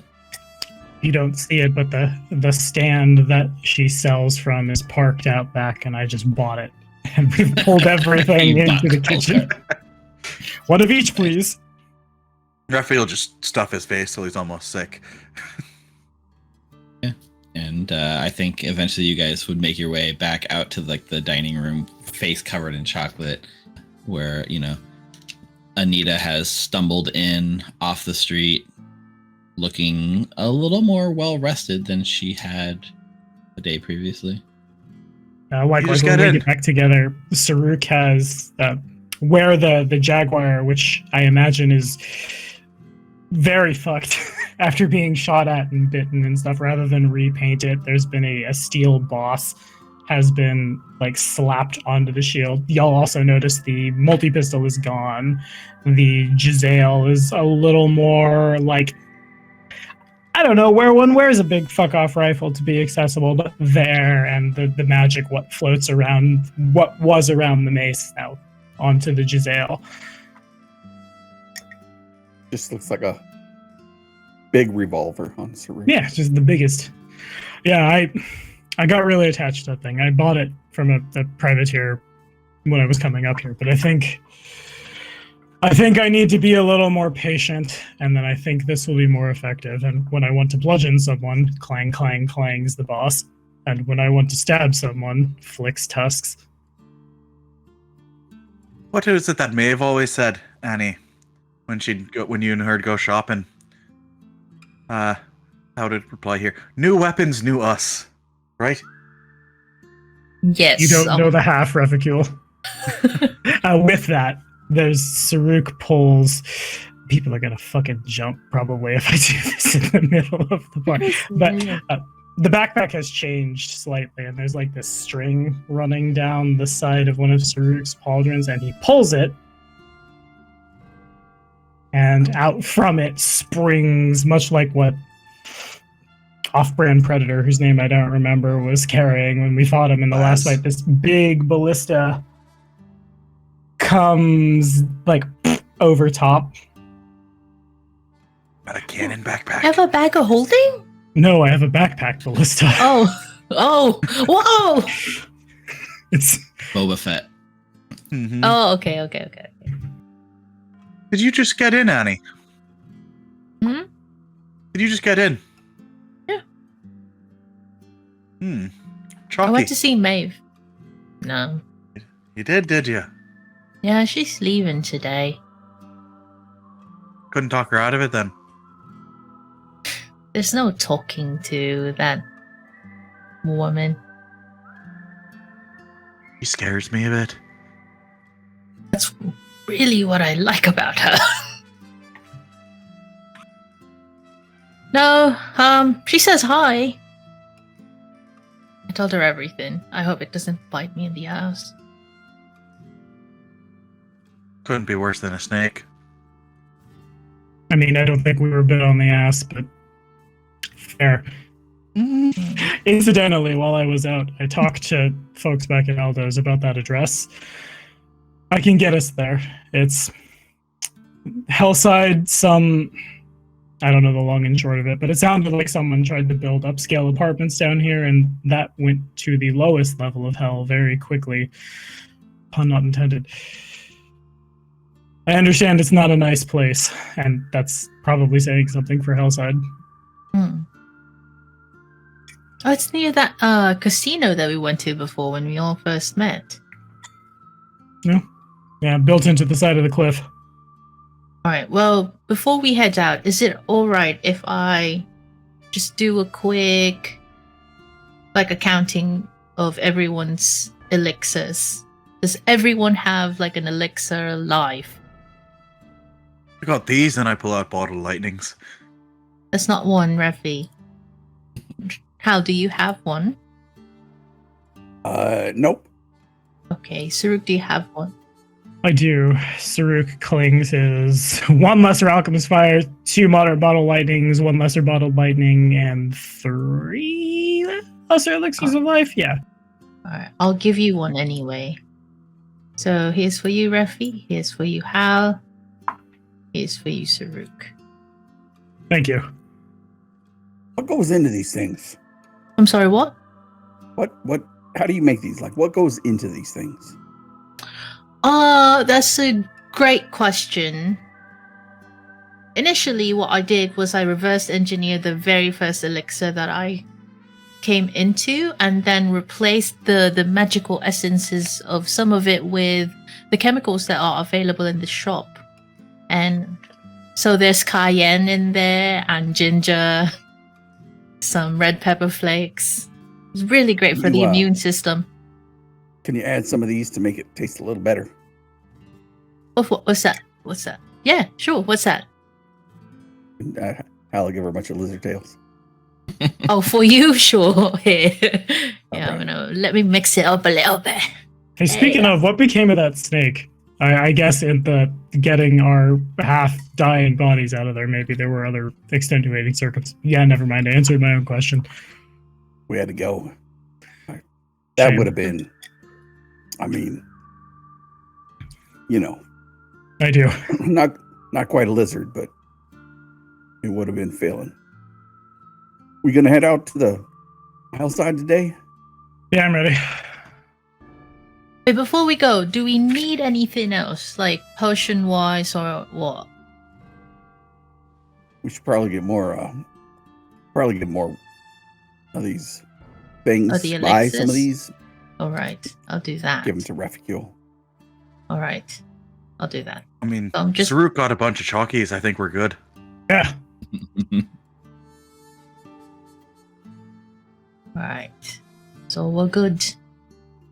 We've got a thunderstone and an alchemist fire stashed back in the shop if anybody wants to go in with them. I can't carry anymore. That's my problem. Are we going actually to do this?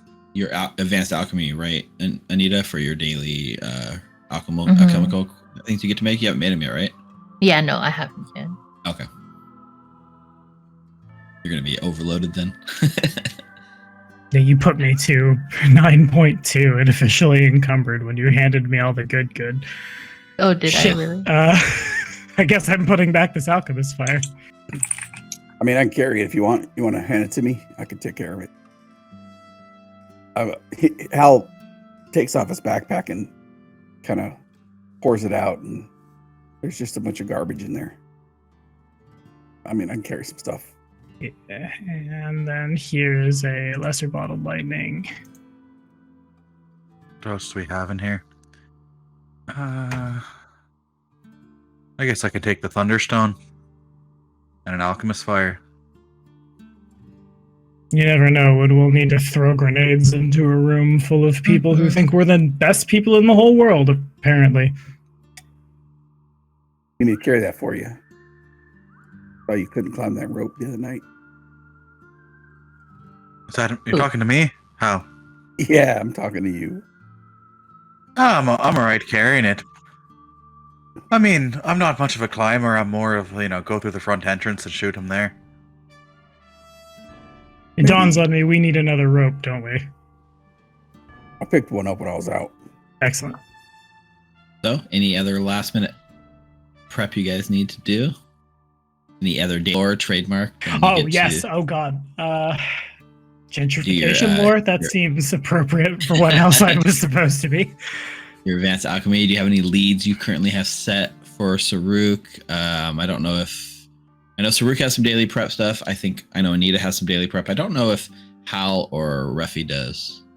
I just got to clean my gun for an hour. That's true. Wish there was a good place on the sheet to denote my leads. My leads, until further notice, are the Hollow... I forget the name of the apartment complex, but there. And then Hollow Manor, that was it. And then Shoma is the second one. There's a brief prayers to Bajagwa at some point, probably while eating too much chocolate. And that should be good for me. I gotta pick my fucking... Okay, y'all, what do you want me to take for my bonus lore? I'm having a big brain fart. Underworld lore? Hellside lore? Alkenstar lore? Hellside lore. That'll do it. Perf. Ramming in your Hellside studies. It's like Hellside for Dummies. You got the book out, you're reading it. Yeah. For when Underworld lore isn't fucking specific enough. You can't use Shoma lore, can you? I mean, he's a relatively famous persona in Alkenstar. He could be a lore target for sure. Yeah, right, I mean, it's reasonable that you could have crammed in some Shoma lore. It sounds like a Pokemon. Shoma lore. Shoma lore is gonna evolve. I choose you. All right, if our daily prep is good, then we are off towards Hellside? Question mark? Yes. After spending 10 minutes to put the ballista back in the backpack, so I'm not just walking around as a mobile siege engine. Yeah. I think you can... Isn't it like an action to like spring it and an action to retract it, but it's like 10 minutes to reload or something like that? So it's the Boba Fett analogy is what they use at my tables too. It's very... I'm going to fire this one time at the start of the combat, and we'll see what happens. Pretty good. So, yeah, we're making our way across Alkenstar towards Hellside. So I'll give a quick overview here on the battle screen so we can kind of lay out for what the city looks like for our viewers and for our audience, for viewers and for the players. So I'll activate this scene real quick. So here where this sort of green circle, and this is the Barrel and Bullet Saloon. This beautiful thing over here is Alkenstar Falls, 500-foot waterfall in the middle of the city. And right next to it is this sort of shanty town built on the side of the cliffs, affectionately referred to by the locals as Hellside, but officially known as Hillside, an opportunistic trading outpost that sort of sprung up because the ships will come up the Ostrati River, and there is a sort of elevator called the Screw, which will raise these ships up to the top of the waterfall so they can go up and down it. And it's quite an ordeal. So the ships are kind of stuck in the bottom on the harbor for quite a while. So a lot of these people would build these sort of shanty towns and give the people from the ships a place to sort of dock and do their business, because at the bottom of the 500-foot cliffs, you can't really get up to the city proper. So it was a good way for them to sort of make money. And in the process, it sprung up a whole community who had nowhere else to go or nowhere else to live. And that's where we find ourselves heading, because our outlaws find themselves sort of trekking right at the top. And it's, it's built upon, it's very vertical. This place, we've been here before. We were here for the gambling den before, so you guys are familiar with this. It's not your first rodeo here, but the walkways themselves are typically only about 10 feet wide, and the sort of barriers and safety regulations are not exactly top priority here. So it's not too uncommon for a drunken person to sort of stumble off the edge and into the river and never be seen from again. And so we got these narrow walkways, and occasionally you'll have a sort of bigger platform built with a building that's typically on it. The buildings don't range too high here. Even the gambling sort of den that you went to was only maybe 10, 15 foot squared. Not a lot of real estate, not a lot of big houses here, a lot of wooden shacks and a lot of sort of platforms and cutbacks, so that they're on the edge of each city. There's these sort of cutbacks that go up and down quite a bit.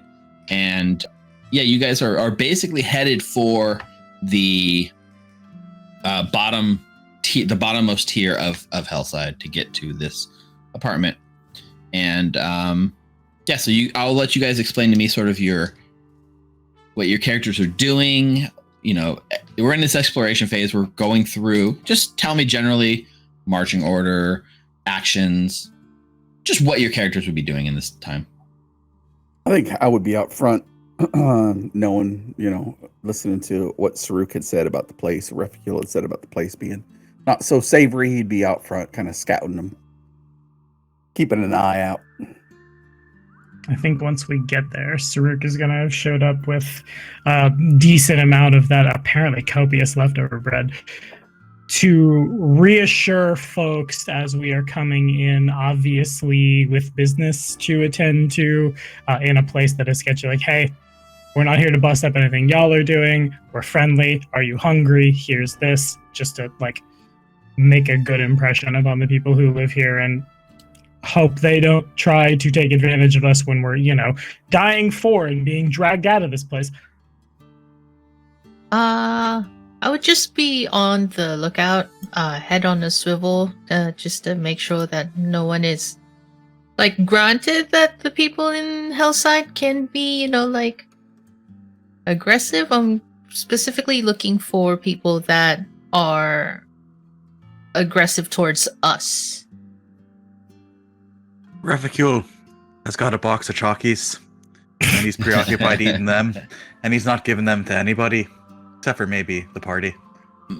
You're kind of making your way through some of these switchbacks, through some of the crowds. I think there's a moment, Refugil, you're sort of, as you're eating one of your Chalkies, you almost get the feeling of a splitting headache for just a moment. The sun sort of glints off the waterfall at just the right angle, hits your eye, and you feel a sharp tinge of pain that sort of feels almost like a cramp in your brain, which is weird because it's not cramp in your brain. It's a muscle you've not had that worked out that much, I guess.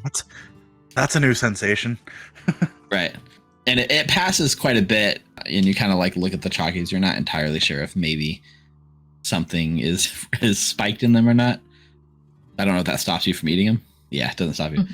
And so, it's moving through pretty easily, pretty uneventful. Most people here mind their own business. They kind of look at you. A lot of them will avoid eye contact with you because they're kind of, people have learned not to look at the wrong person the wrong way here. And I think when they're offered food and stuff from Saruk, it kind of catches a lot of them off guard. Most of them are almost distrusting a little bit of you. What do you mean free stuff? I don't trust you.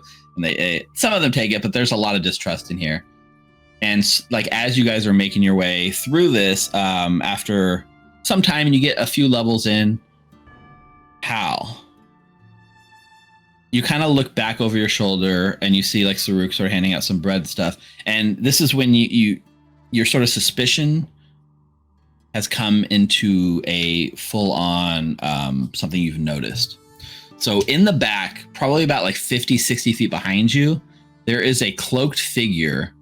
Looks pretty tall, at least 6 foot, nice heavy cloak over them, trying to inconspicuously follow you through this place.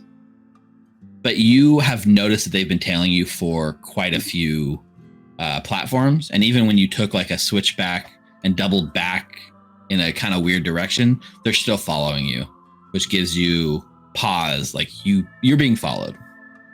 So I think he would look over his shoulder at his group after he catches glimpses of that person, and he would nod his head and they would duck into whatever either public or retail space that might exist. Maybe there's a shop here in Hillside where the party would follow him in, and as they turn to enter the building, he would tell them, hey, there's a cloaked figure back up the way about 60 feet, and then quickly walk back out, not glancing at the person, but continuing to head down the steps. So we dip in there real quick and then head back out.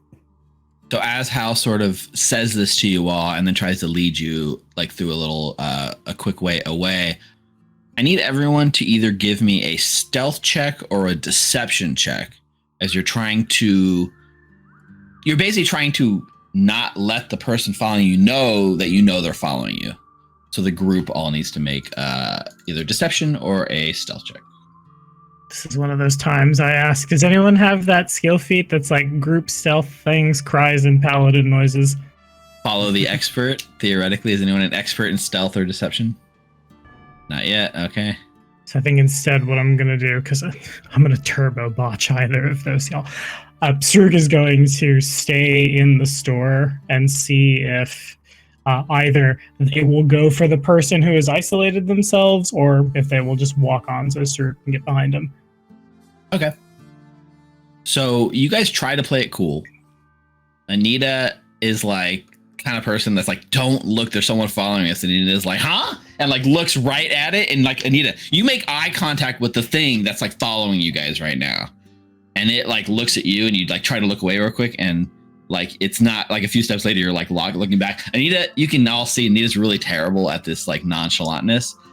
Even Reficule can't help but look back and sort of keeps looking at what this thing is. And, maybe you'd rather get the drop on someone that's trying to get the drop on you. I'm not sure. Essentially what happens is this thing that's following you, despite Hal's best efforts to disguise the fact, is now aware that you're aware that it's aware of where you are. And it sort of gives up all sort of stealth and false pretenses and throws off its cloak, and the cloak shoots off its back and sort of catches the wind and blows out into the Estradi River. And you see this sort of creature underneath the cloak. Its big eyeball within like its like mod face, and it's what like is that? It's almost like blowing. It's just this creepy thing just staring at you as it like it basically screams, and you feel that cramp in your brain again, Reficule, and you all feel the cramp in your brain as this creature's voice just goes directly into your head and into your brains, and it says, "Shoma is mine," and just starts like coming at you guys at full speed. Like he's rushing you. He wants to fight you. However, this is a chance where you guys get to make a choice, which is you've got quite a distance between you and him. There's a chance here that you could make a break for it. You could run and you might be able to. It's a chasing where he's chasing you. You can give up the chase and just face him, or you can make a run for it and try to get away. Where would we run to? Like, would we run further deeper? You're basically running through Hellside. It's a chase through Hellside, through the streets of Hellside, trying to lose him as Hellside throws obstacles in your way. I think Hal would grab put his hand on his sword, and he would look to Refical and Saruk and see if they have any PTSD over getting nearly killed. Saruk is just assuming a combative stance. Do I actually, real quickly, do I have the time to maybe recall knowledge about this thing? Absolutely. This could definitely. Oh, you don't have. This would probably just be. It's not Underworld, not Shomalore. Probably be a religion. Saruk's player knows exactly what this is and remembers it from 1E and doesn't fucking like it. Make a secret check and then use that information to say that like it's not a bad idea to necessarily run. So in this case, looking at this thing, it's definitely a fiendish creature of some sort, but that's the most Saruk knows. Gotcha. It's fiend adjacent. It's like a fiend, but you're not sure how to place specifically what kind of fiend, or maybe it's what its capabilities are with your recall knowledge check. Unless you'd like to hero point and try again, but like you did not succeed, basically. Hey chat, can I have a hero point? I think I'm gonna need it to cheat fucking Maybe I do have PTSD. I mean, you start with one, so we have one. I think Saruk is just gonna like. I don't know what it is, but I know it's general nature, and I'm assuming it's faster than me. And then Saruk gets ready to fight the thing. Refi grins as he looks at his companions, not looking to run, and just drops the box of chalkies and throws the coat aside to show the pistol. Hey, Refi. You think that fucker's ever heard the phrase, eye for an eye? I don't know, but let's show him. Indeed. Look at that eye, by the way. That is some eye. That is some eye. It really is. Yep. So yeah, everyone goes to get ready to like stand and fight, and Anita, you kind of turn and look for a second back to see if maybe there's a chance at escape, and mysteriously, the entire cliffside behind you has just grown out, and the entire cliff is now blocking your path. So this thing has basically trapped you here between it and a giant cliff. Okay, I try to squeeze in against like this wall as much as I can. I don't want to be close to this one-eye fiend. Okay, yeah. So it sounds like the consensus is. Oh my god, it's a one-eyed monster. Yeah. Oh god. Because we're trapped, right? Like we can't even move out. Like, hello? Yeah. Yeah. Okay. So we're bypassing the chase and we're just going to fight it. That's fine. Hal looks at Anita and is like, the boys are at it again. Can I like look for an exit while they're preparing? I'm just looking at this wall. Like, how the fuck do we get out? Yeah, give me a perception check to see if. Give me a perception check and we'll see. Perception. Anita is trying to find a way to break this giant cliff wall that has come 14? Through. 14. So you try to look for any way through this wall. There doesn't appear to be anything, and it's really ridiculous. Like, how did this thing? It wasn't there a second ago. It just sprang up out of nowhere. And so, like you said, you try to break it. So you like literally have Wybert do like a Wybert smash or something against the wall, and Wybert puts all his power into it, and then you just watch as Wybert disappears. What? And then all of a sudden, his head sticks back out of the wall, and you see his neck sticking through the illusionary wall. You're amazing, Wybert. We can leave, I say. Just to put the option out there that we can still run. Majagua, bring me your grace and your ferocity and his loading gun. Saruk's been hanging around with Refugio a little bit too much. What can I say? I get fussy when I miss my Zumba class. This is not the music. I've used these monsters before. This is never the track I would put on when these show up. This is fucking wild. You look real close, you'll see a picture of 17-year-old Pimp Willie. Where? No. Oh my god. Are those? There is some what do you call it? Easter eggs? Easter eggs here on this map. The second one is from, you just took that from a call and just pasted it there, didn't you? Huh. Where am I? Wow, am I on this map somewhere? I think yeah, so. there's a bunch of us right here where we're all. This map is also right available on our Patreon. So if you're a Patreon subscriber, feel free to head over to patreon.com/recallknowledge and grab your own Hellside battle map, courtesy of Rick, who just lost connection right as we're about to roll initiative. Oh, good. We didn't need him anyway. Not great. Yeah, we don't need him. It's fine. Put him on the roof. He'll come down in the second half to save our asses. Mm-hmm. You guys are on this platform here. This creature's 2 platforms behind you way up here, but it is here on the map. and it looks like it wants to come for you. So you guys Where's feel the free wall? This orange square behind you. Okay. I feel like arbitrarily, everyone, remember, we have a +2 for a friendly neighborhood halberd. That is true. You guys all do get +2 on the initiative thanks to Hal. So that's the wall that's kind of jutted out. I'll roll for our buddy whose name is Gatesh. That's a good name for this. 18. I'm glad it's Merry Christmas. Tommy approved. 19.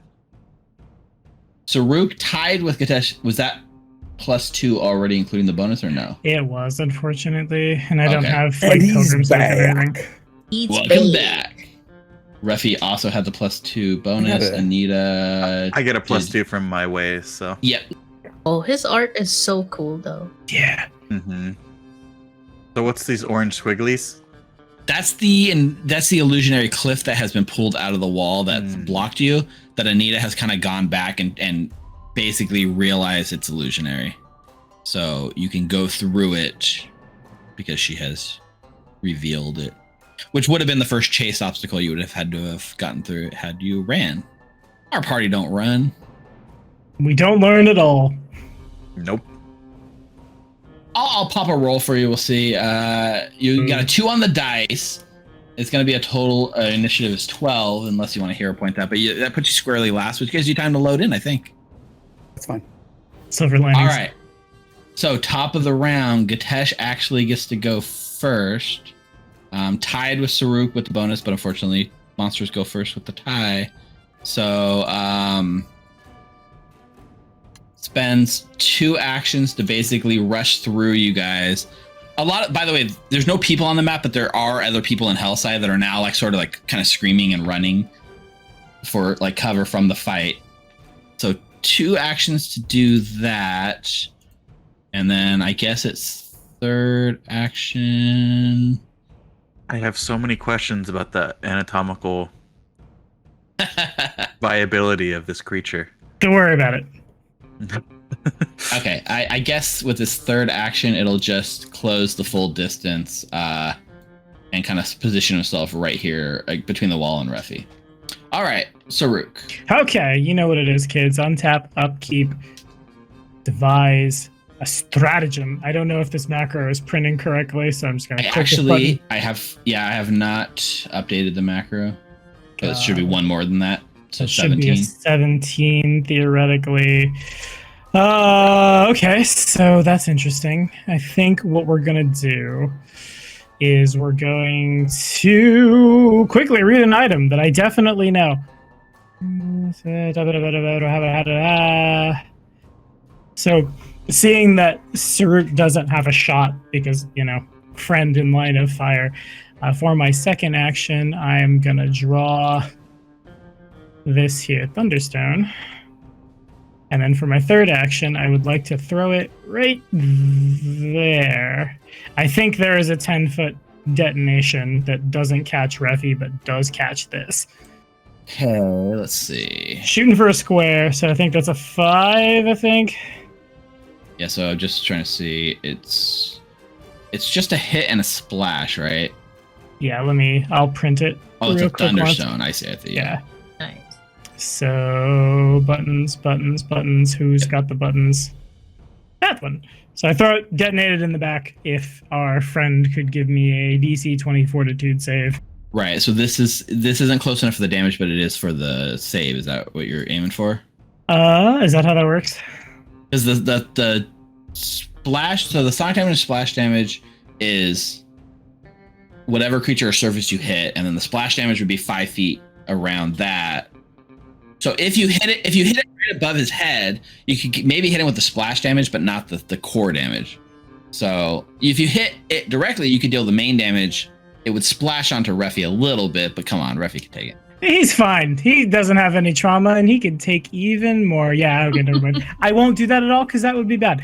Rather, Saruk is going to, for his 2nd action, draw his shield, and then 3rd action, step to...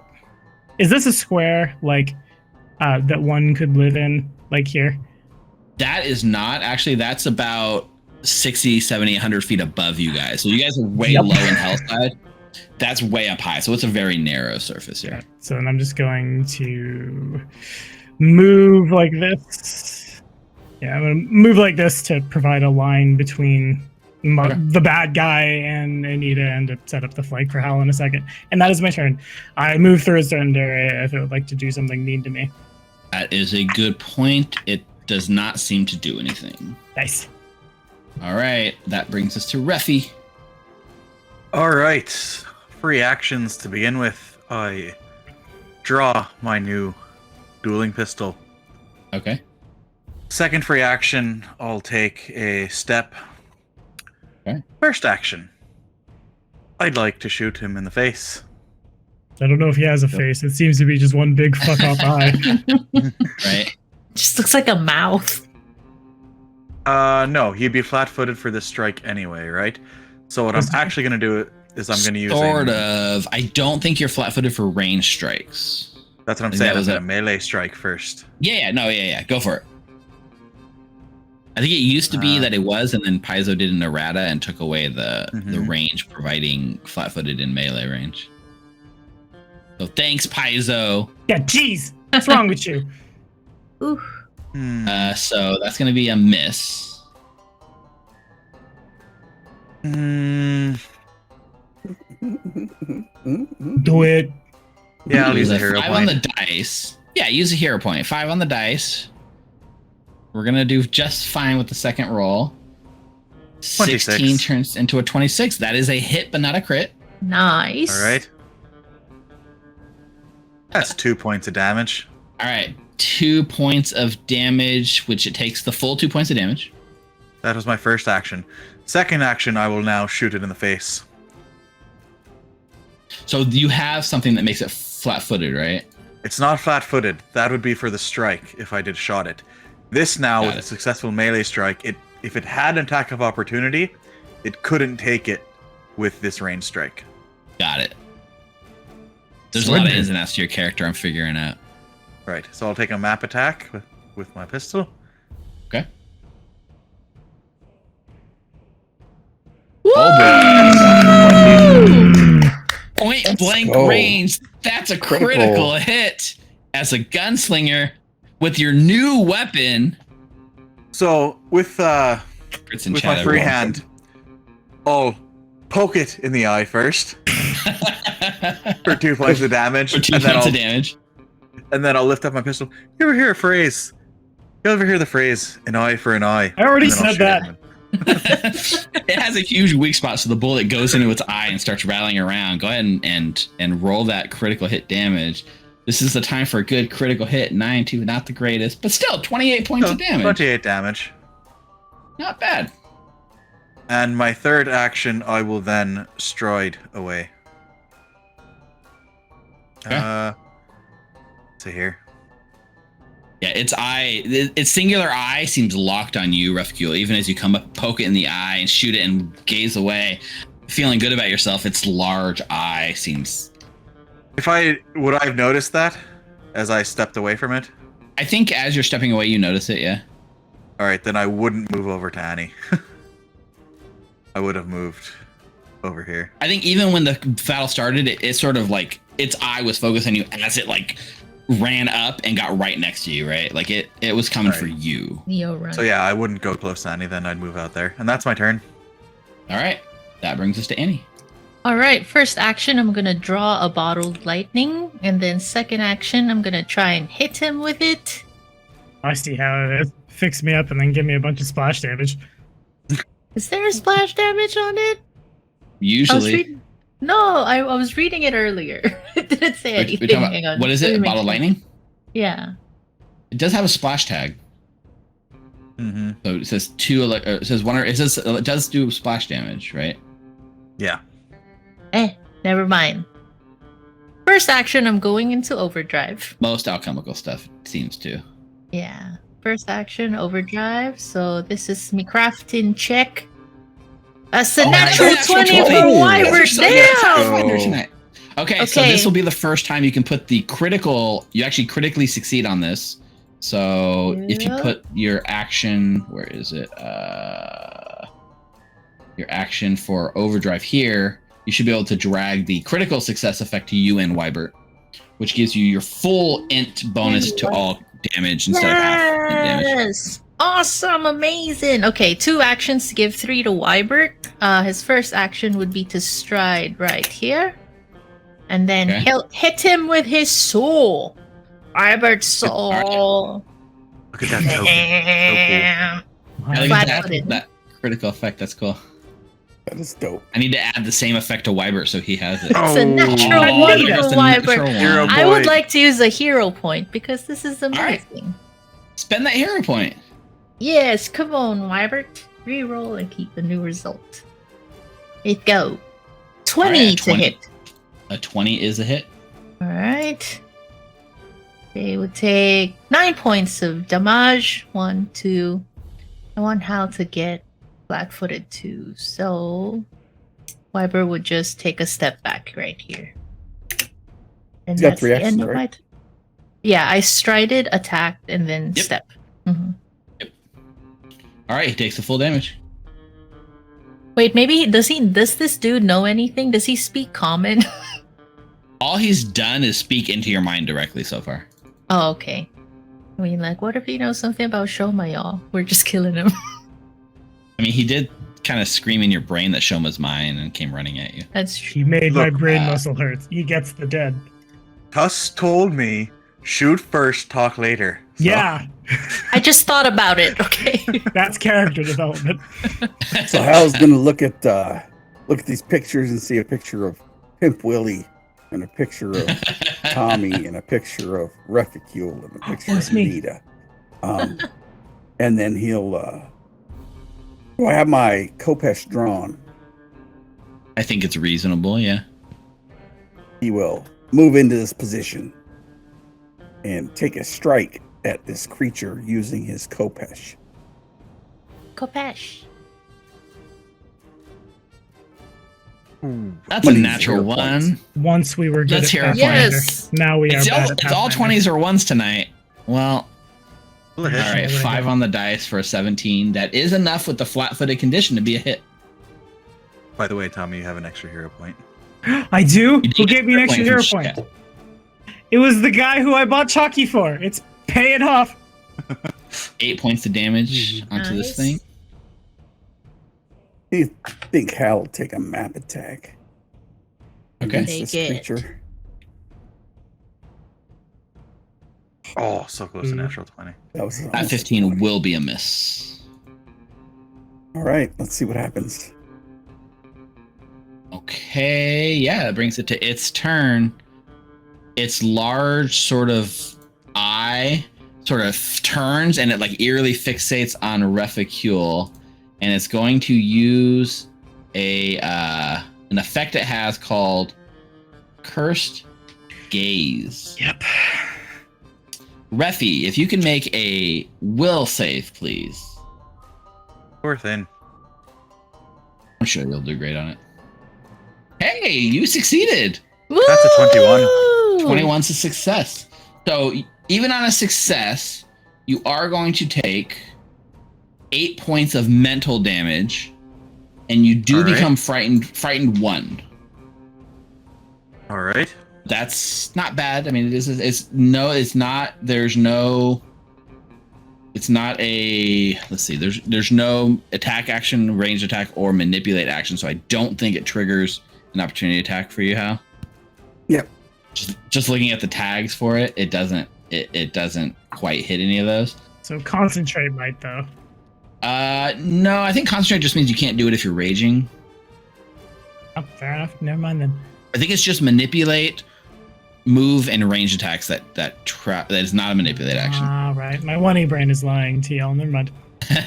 So with his third action, it's looking at Refi, and then its eye sort of like spins around and looks right at you, Saruk, as it kind of, you actually watch it. It looks like it's kind of surveying all of you, and it will then look at Saruk, target Saruk, and make a claw strike. Ooh, that was almost a 19, but that's a 17, which is a miss. Mister just slams the claw aside with his shield. That's all 3 actions.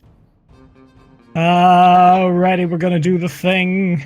Here goes the thing. Gonna be a 22. 21. 22. It will be a 21 because I won't use the thing with the rune in it. However, I will take it. For one action, I'm gonna draw a backpack ballista in this motherfucker's face. Okay. Damn. Would a 21 hit? A 21 will hit, as a matter of Nice. fact. Does the recoil of the ballista shoot you off this wall? No, but it probably fucks my shoulder. So it takes the 7 points of damage. It gets a giant ballista arrow right into its like chest. But Close to it's Hal. still up. Yeah, it shoots through the chest and almost hits Hal. And here I was complaining about splash damage. Third action. It is wiser to raise the shield. And so we will. And that is me. All right, Reficule.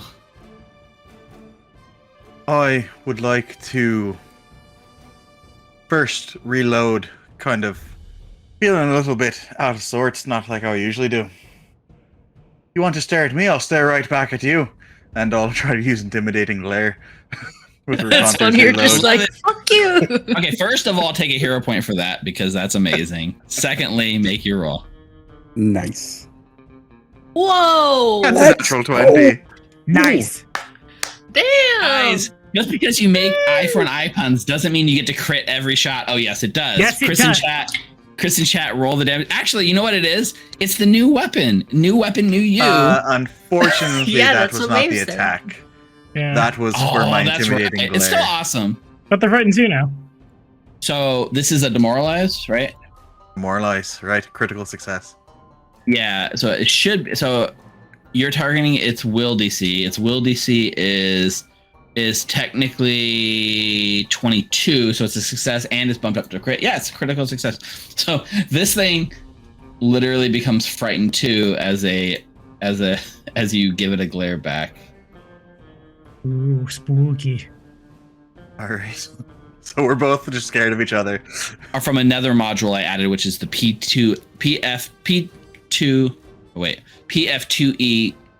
PF2E/JB2A module. It's a mouthful. They basically added scripted effects for all the baseline effects in the game, or most of them. So they went through and did like a baseline config for all these animations. So the stuff you're seeing, like the frying condition, all that, is tied to these effects that they've added. It's really cool. But will that tell us what the monster's favorite scary movie is? Probably watches the Netflix series. Lord of the Rings. The eye. So that was only your first action, right? That was my first action. Second action, I'm going to shoot it. Yeah, you are. Do you have to reload? That's what I just did. Reconter's reload. Oh, that's right. I forgot. We haven't quite switched over to the new one yet. Yeah. So your reload was a critical success. Great. Well, why don't we just roll a third natural 20 in a row, right? I mean, please, how please, hard? Please do that How exactly. hard could that be? Not Oh, hard. are you kidding? Boom. Yeah. Oh, You You're earned this this with Pathfinder. your role play and your puns. So please, now that you were honest about not rolling the critical damage, roll your third critical hit in a row, Reficule. Damn. New weapon, new me. Low damage, Great though. damage. Ah. That was really Not bad great. damage. Yeah. Not enough to kill it, actually. But damn if it didn't one look cool more doing time. it. 4 in a row. One more time. I have to reload. Throw your gun. Create a diversion. Yeah, so I'll reload, Reconter's reload, and faint to create a diversion. You do the reload things more than once in a turn? Yeah. It's not like a press thing? No, it's fine. It's just if they're immune to the effect of the Yep, demoralize or the For sure. Yeah, no, there's no press action or anything. Yeah, you're good. Press, I don't remember what it's called first. It's immune there to it is. this. Come up and There it is. Yeah. Luckily, there's no critical failure effect on demoralize. You don't demoralize yourself back. it's But it is just immune. create a diversion, so I'm reloaded at least. That's my turn. This was Reload, Okay. shoot, reload. Three Yep. actions. so we are at Anita, glowing with like super cyan energy. Just look at that token go.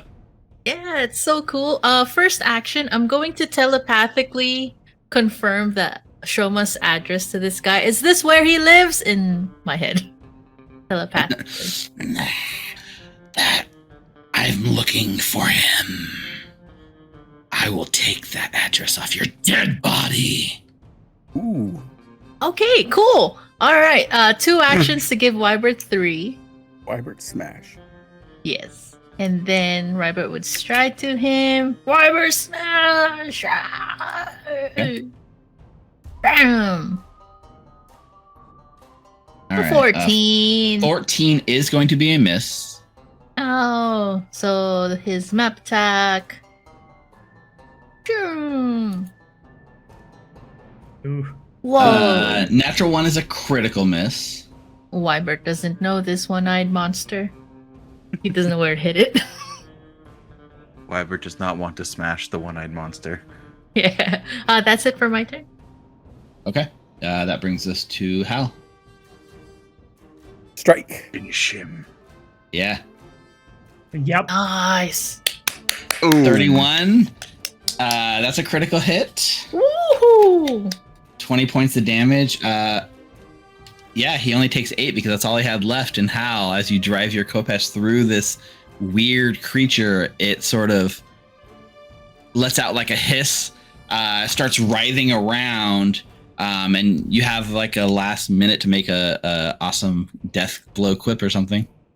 I don't care. Well, actually, I do care. Have you ever heard the phrase, an eye for an eye?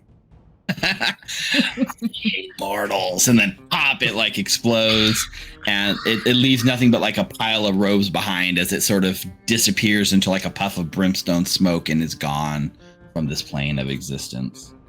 And we are out of initiative, and we are It's a nice out of this week's It's a great map. episode. Yeah, so to recap again, like we said, this map was made by Rick. It's an awesome Hellside battle map that you might want to add to your own games at home. Speaking of that transition, You can get it for free on. you can get it for free if you are a subscriber to our Patreon. So let's head over to the Patreon screen really quick. Big shout out to all our patrons that make what we do here possible. They're supporting us, making sure that we can make these awesome shows, do these awesome weeks, and give you guys some awesome maps. So big thanks to David Sims, Sam Skaggs, Mark Paquette, Sandra Wagner, Kevin Christian, Joshua David Miller, Derek Southworth, Awal Jalil, Mikkel Waltz, and Jason Irvin. You guys, double thumbs up from Steve and the rest of the crew here. Thank you. Thank New you. maps coming out next couple days. Yep, we're having new maps we're about to upload. I don't think there were Alkenstar specific maps in this pack. Is that correct? Nope, but we do have 2 other map packs with Alkenstar maps, and this is our 4th map pack in total.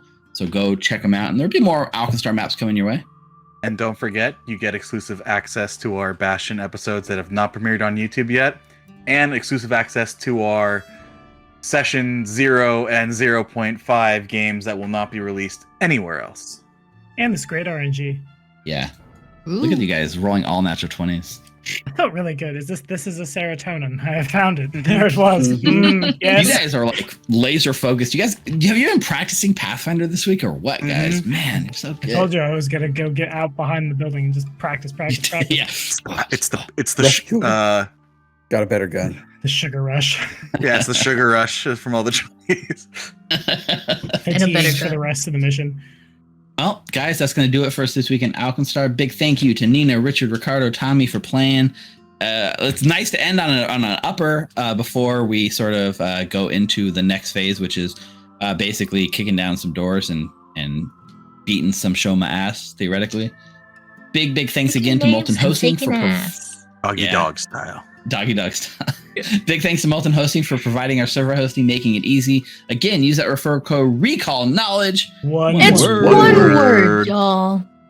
For your first month for free. Check them out at moltenhosting.com. Do you guys have any other shout outs or anything you'd like to give? I do, actually. Perfect. Yeah, So I figured you would. next Friday, grabbing the schedule quick once, from 11 a.m. to 2 p.m. Eastern Time, I will be GMing at Everyone Games. They do an annual stream to support a couple of charities, the first of which, a bunch of links that I'm quickly flipping through, and was flipping through all of those. The first of which is Everyone Can, which is a charity which helps provide like accessibility tools and stuff for folks who want to be able to enjoy, you know, these things like virtual tabletops and stuff, but might not be able to like look at a computer screen or things of that nature. The second of which is for Stack Up, which benefits both civilians and veterans with PTSD. They have a bunch of programs meant to like watch over those communities and make sure that like people have support and stuff. I specifically will be running, I'm not sure what, we're going to talk about it in a session 0, but one of the bounties. We are specifically going to be highlighting the accessibility options that were printed in Grand Bazaar, I believe it was. Yeah, there's a whole section of them in that book. It's really cool. And I have a link, and I'm putting the link in the Twitch chat, twitch.tv/everyonegames2.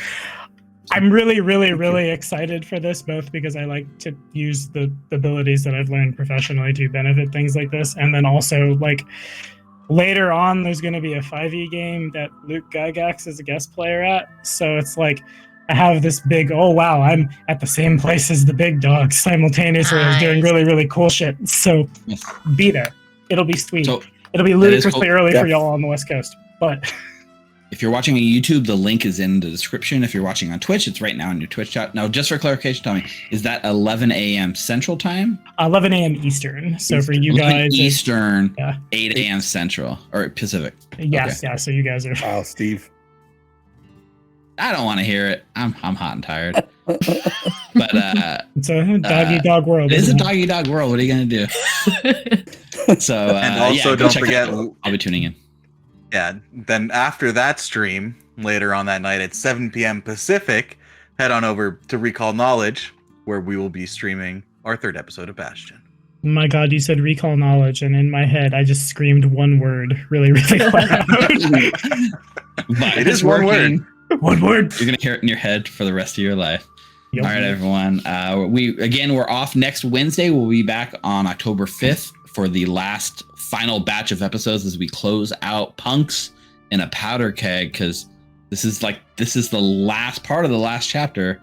It's gonna be awesome. So until then, everyone, stay safe, stay healthy. Goodbye, and we'll see you next time. I'd like to thank the back chapter this way. Raw dog descending. Oh my God. Can't find the screen I'm looking for. Oh, there it goes. Oh, we found. I know how to do this thing.